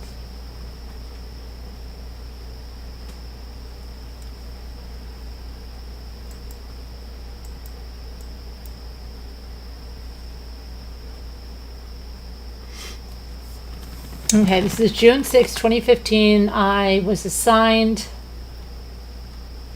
to contact Jessica Clayton, an employee of the Child Advocacy Center located in 1033 East Walnut, Springfield, Missouri. I made phone contact with Clayton. She advised she had read about the Blanchard case online, and she remembered assisting with a call involving Dee Dee and Gypsy Blanchard in 2009 when she was employed with the Missouri Division of Social Services Children's Division. Clayton recalled being asked to assist another CD investigator with a hotline they received at that volunteer way that was their residence. Clayton advised Greene County deputies responded with them to this location. Clayton reported that the Missouri Child Abuse Hotline they received stated Gypsy was reported to be 17 or 18, but was actually older than that. The allegations included claims of Gypsy being a victim of Munchausen's by proxy at the hands of her mother, Dee Dee. Clayton stated the allegations stated it was believed that Dee Dee was using Gypsy to get funds, and it was believed they were actually victims of Hurricane Katrina, as they told everyone that they were not actually victims of Hurricane Katrina, as they told everyone. Clayton advised that Dee Dee was unable to provide a Social Security card or a birth certificate or any medical record showing Gypsy's actual medical conditions. Clayton stated that she was not the primary CD investigator in this case, but remembered the case being closed for an unsubstantiated as they were unable to prove any of the allegations being made. Clayton reported that she had contacted Heather Ford, who is the circuit manager for the Greene County CD's office, and requested Ford attempt to locate the CD report for the incident. I contacted Ford by phone, who advised the CD report had already been purged from their system. Okay, so it was already purged. A check of the Greene County Sheriff's Office records database showed a report was entered in 2009. The report listed Gypsy Blanchard as the victim, listing her birth date as 7/27/91. The report listed Dee Dee Blanchard as the suspect. The address of occurrence in the report was listed as Springfield, Missouri. The narrative of the report read as follows. On 10/26/2009, I was dispatched to the Dee Dee Blanchard house to meet with DFS and speak with an individual in regards to a child at that location. I arrived on scene and I made contact with DFS caseworkers Jessica Clayton and Marlena Sorensen. Sorensen informed me that there's a child identified as Gypsy Rose Blanchard residing at the address with her mother, Dee Dee Blanchard. DFS advised that Dee Dee claimed her daughter is paralyzed from the waist down, has MS, cancer, and other medical issues. According to the DFS hotline, St. John's Hospital contacted DFS and informed them that a doctor had checked on Gypsy and her alleged medical issues that Dee Dee claims Gypsy has. According to DFS, the hotline call, a doctor could not find any symptoms that would support what Dee Dee alleges to be wrong with her daughter. According to the hotline, Dee Dee provided different personal information on Gypsy due to the insufficient birth dates and lack of medical diagnoses. DFS wanted Gypsy checked on to assure she was not an endangered runaway or a missing juvenile. They also wanted to ensure that Dee Dee was the biological mother to Gypsy. DFS and I made contact with Claudine and Gypsy and spoke to them about the situation. Claudine stated they're from Louisiana and they left there during Hurricane Katrina. They came to Springfield, Missouri. When confronted about the inconsistent information that she had provided to the hospital, Dee Dee stated that she didn't know why the birth dates and personal information were wrong. And after further investigation, it was found that Dee Dee had a bad marriage, got a divorce due to her fear of her ex-husband. She had changed her daughter's information in the hospital so that her ex-husband would not be able to find them. Dee Dee and Gypsy were checked through mules and NCIC with negative results. Claudine was positively identified by her Missouri's driver's license, and Gypsy was positively identified by a Social Security card provided to me by her mother. It was further determined that Gypsy was 18 years of age and does suffer from some type of mental handicap. While on site, it was apparent that Gypsy is being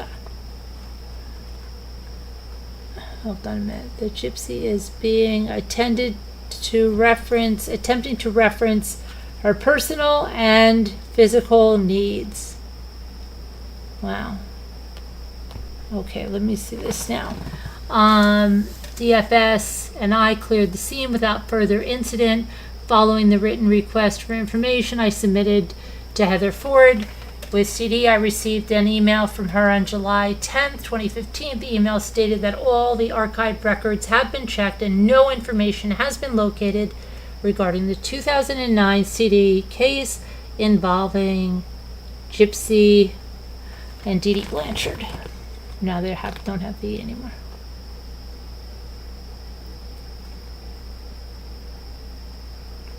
Okay, that's when they were.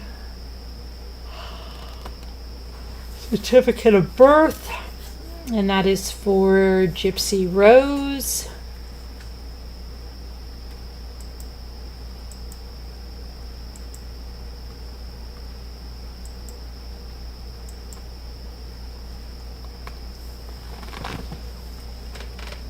Alida is her middle name.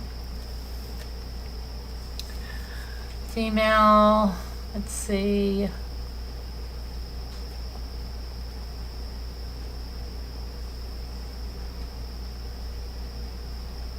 Rod Blanchard Jr. is the father. Claudine Petrie is the mother.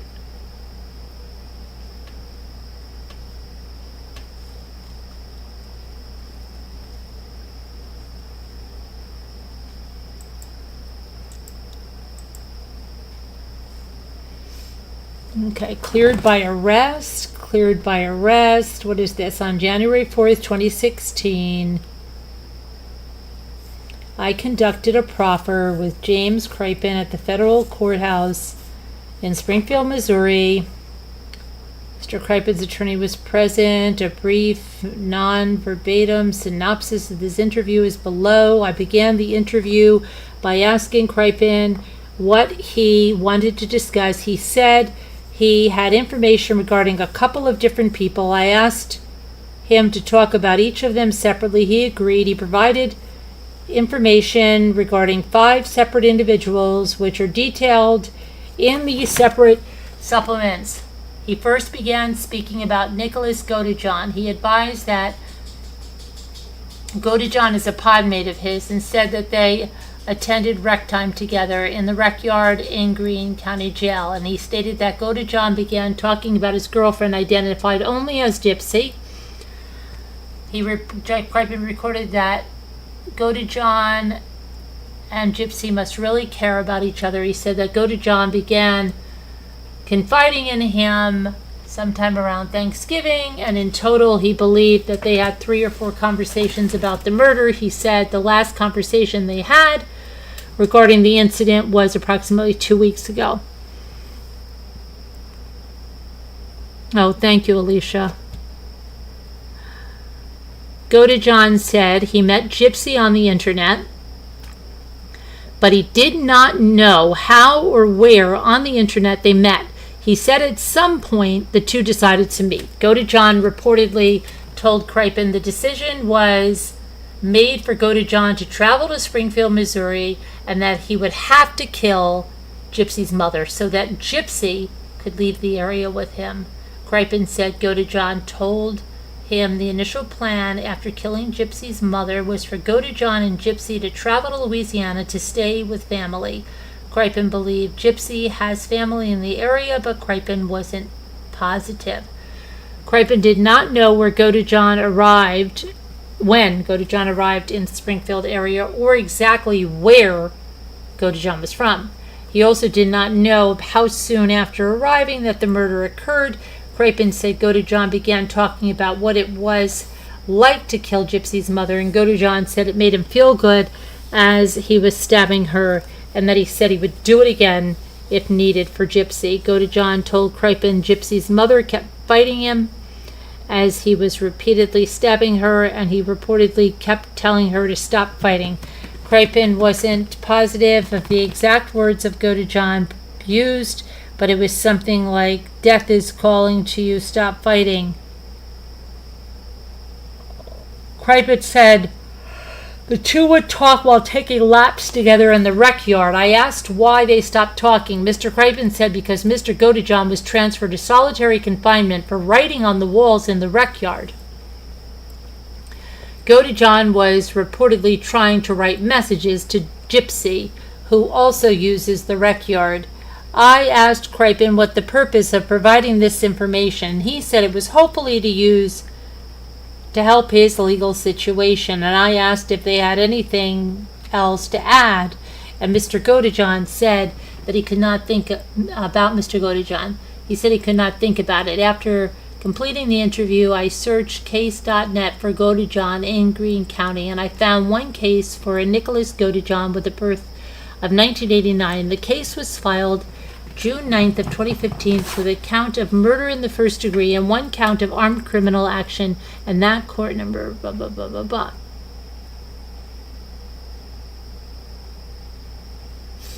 Okay, on June 14th, 2015, I was assigned to make contact with a William Osborne, date of birth 3/23/1971, and I made phone contact with William, who stated he'd like to meet me at the McDonald's located in Springfield, Missouri. Williams told me he was a member of the Star Wars Club, and that was called MCIS, and that Gypsy was a member of the Star Wars Club, and he knew Gypsy, and he wanted to talk to me in person.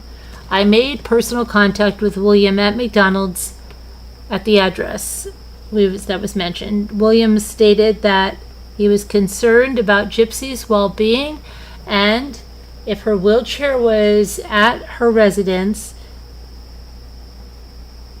that he feared something horrible happened to her.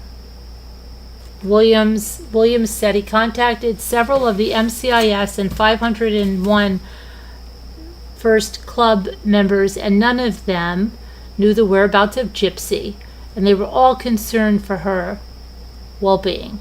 Williams was unable to give up any other pertinent information about the whereabouts of Gypsy, and he told me he wanted to help in any way that he could. I gave William a business card with my phone number, and I told him to call me if he discovered any other information.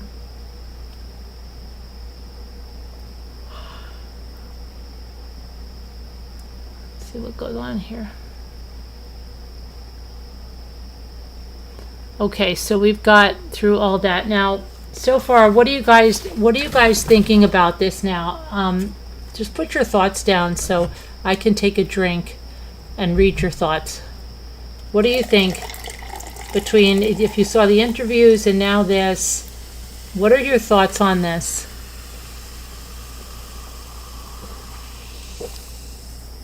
Has anyone changed any thoughts? Does anyone want to call in? Let me ask that. Does anyone have anything they want to call in about?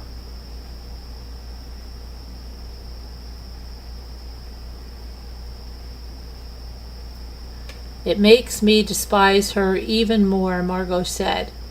And BB Diamond said, I should have been a psychologist.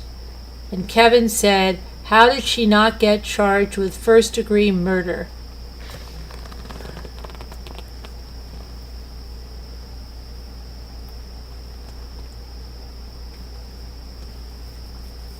Anyone else?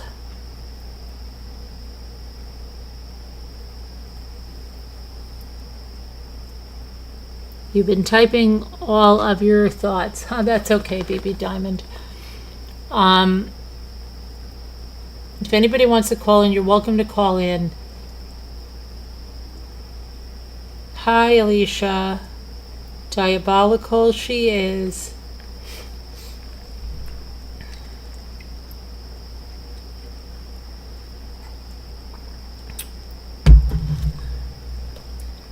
This is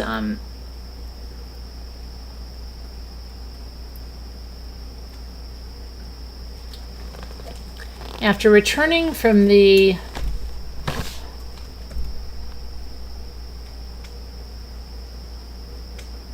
what's that noise?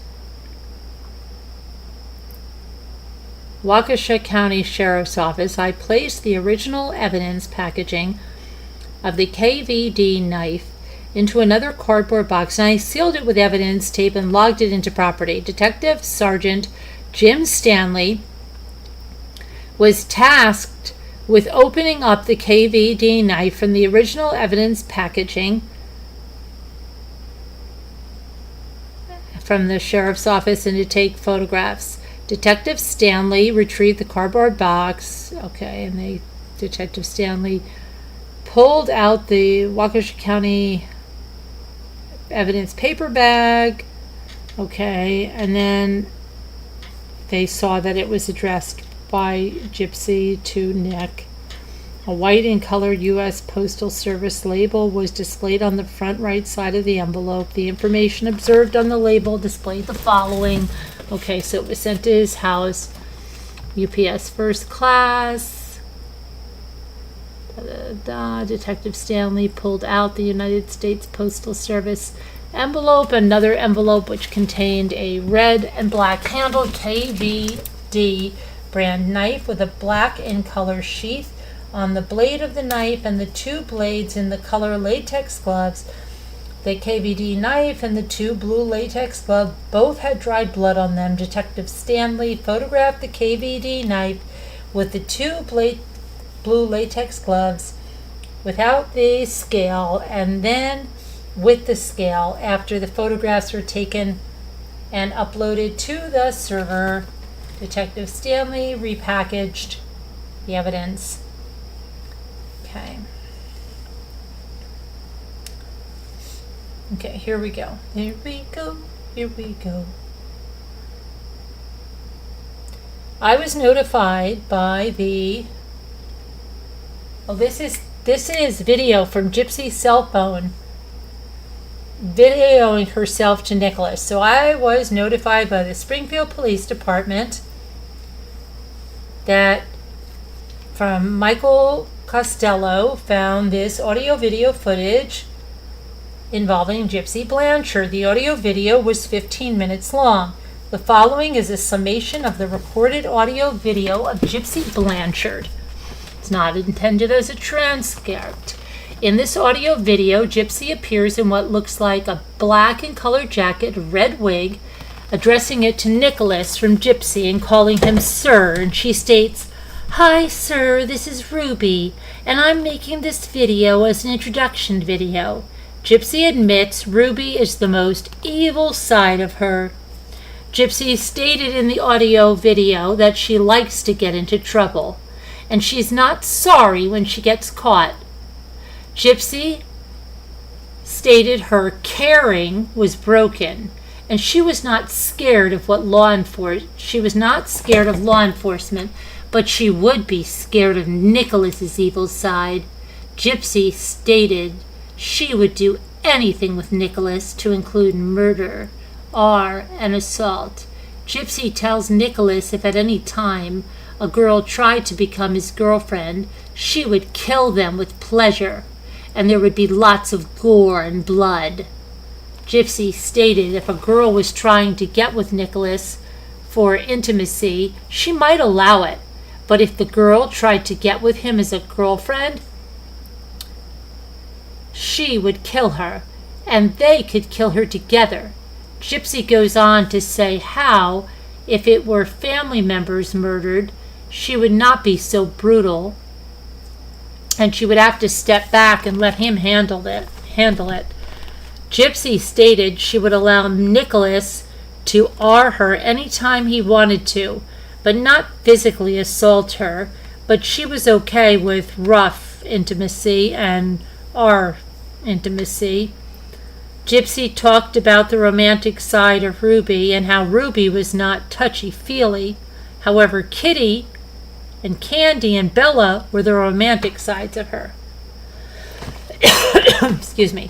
Gypsy stated in this audio video that she was very good at stealing and talked about how they could steal bigger things together. Gypsy talked about how she was very good at planning things, and Gypsy said she liked to cause mischief and mayhem. But Nicholas would have to put her in charge of all the planning. Gypsy stated she comes up with very, very bad ideas, and that she referred to her bad ideas as robbery, vandalism, and stealing vehicles. The remainder of the video, Gypsy talked about her and Nicholas bonding when they could finally be together. Other than the above-mentioned statements, there was nothing else of evidentiary value on that audio-video footage. A copy of the DVD was attached to this report and logged into evidence.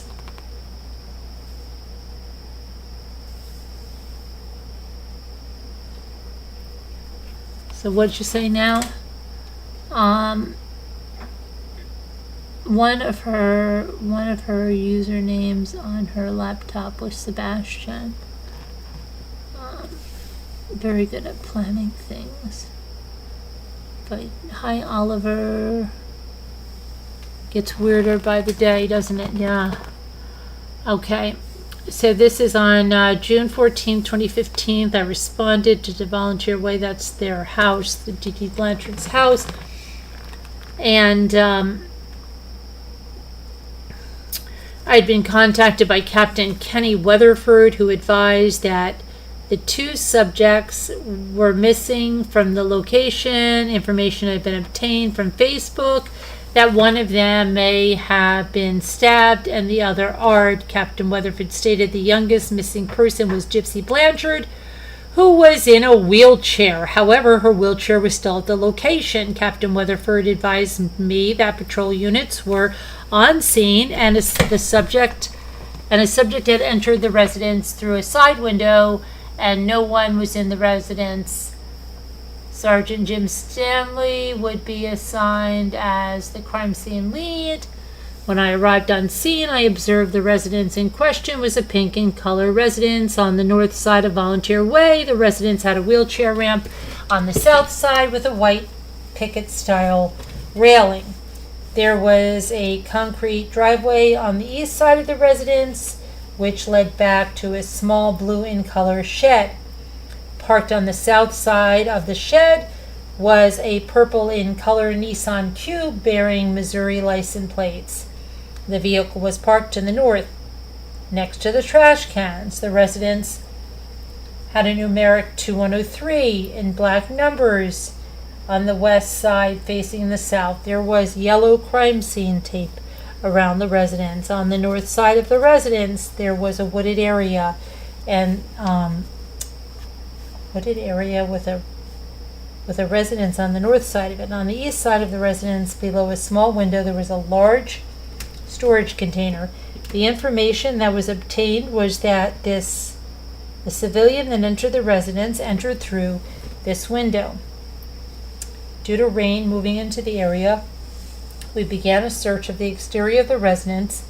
Sergeant Stanley, Sergeant Rice, and I began a grid search outside of the residence. The search had to be called off twice due to lightning strikes in the area. The evidence on the outside of the residence was marked with number placards and photographed and collected.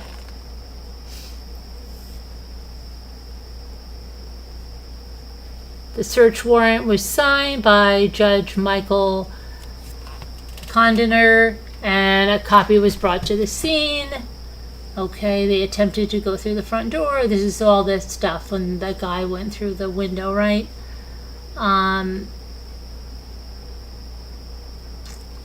Sergeant Stanley was able to push the door open enough to see a plastic shelving unit that was placed in front of the door. The kitchen materials on it.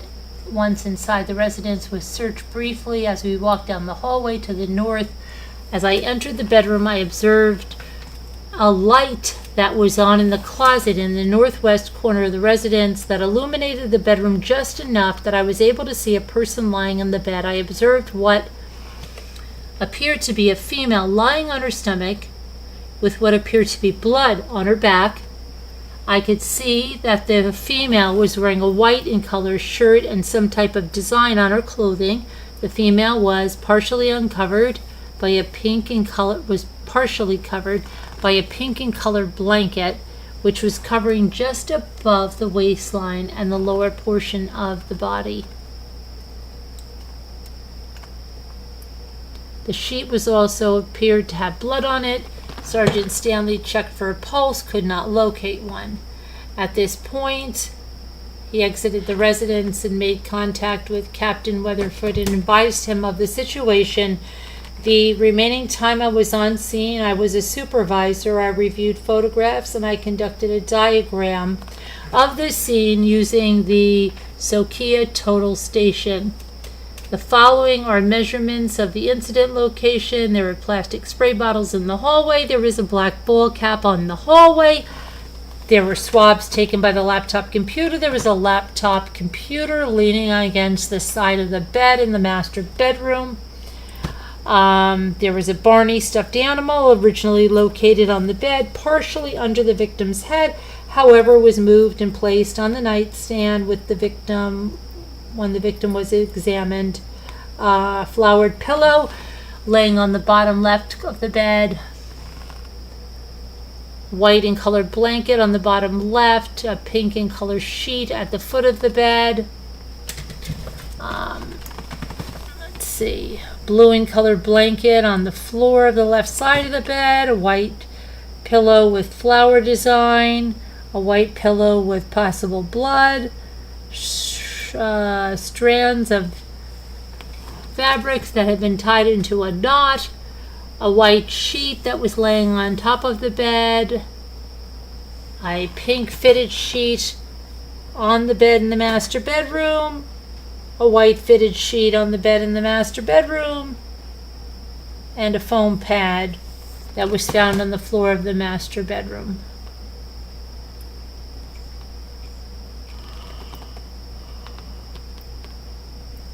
So,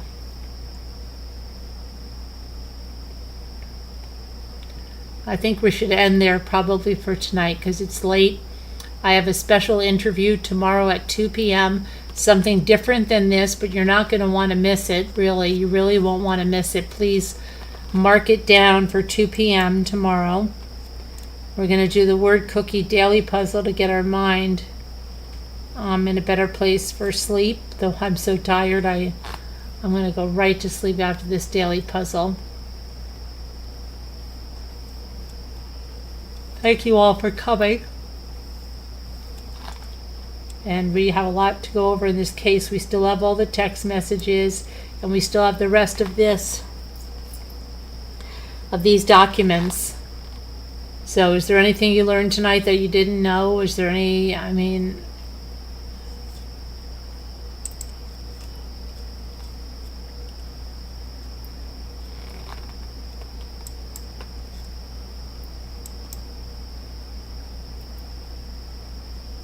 you did great. Oh, thank you, Alicia. I appreciate that.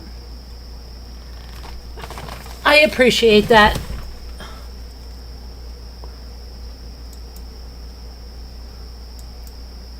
Thank you, BB Diamond. Appreciate that. Okay. So we'll do this, and then tomorrow I have an interview. I think you'll like that. And then tomorrow we'll continue on this tomorrow night.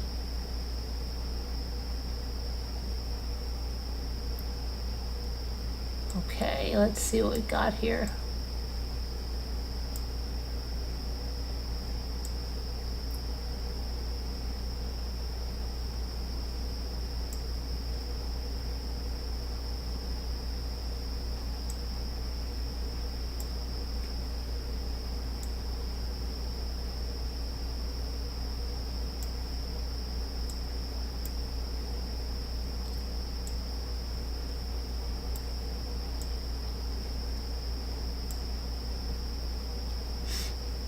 Antonin, yeah.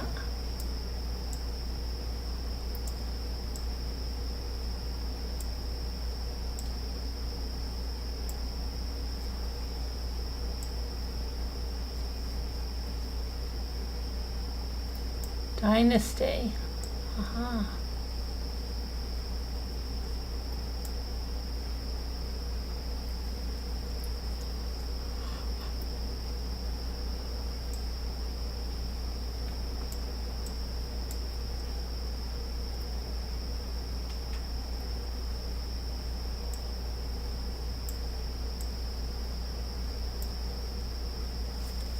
Good night, Oliver. Have a good night. We'll see you tomorrow, hopefully.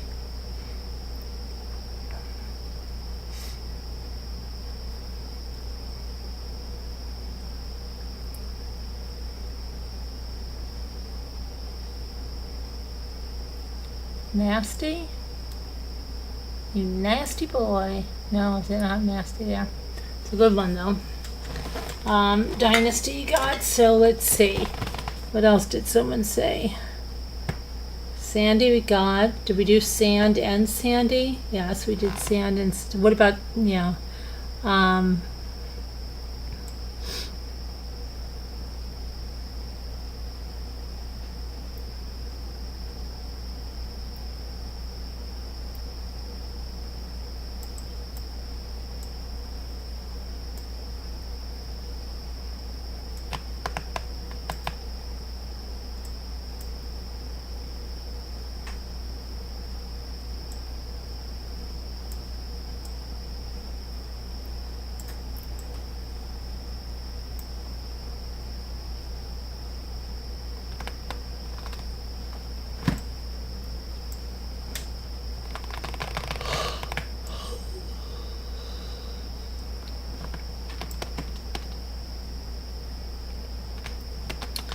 Okay, let's see.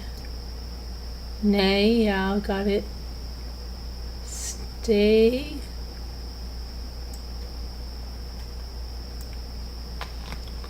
Okay.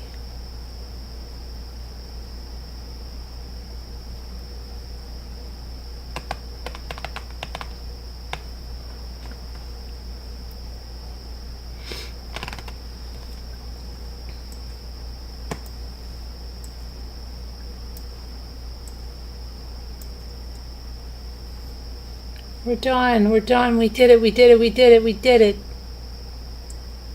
Okay, guys.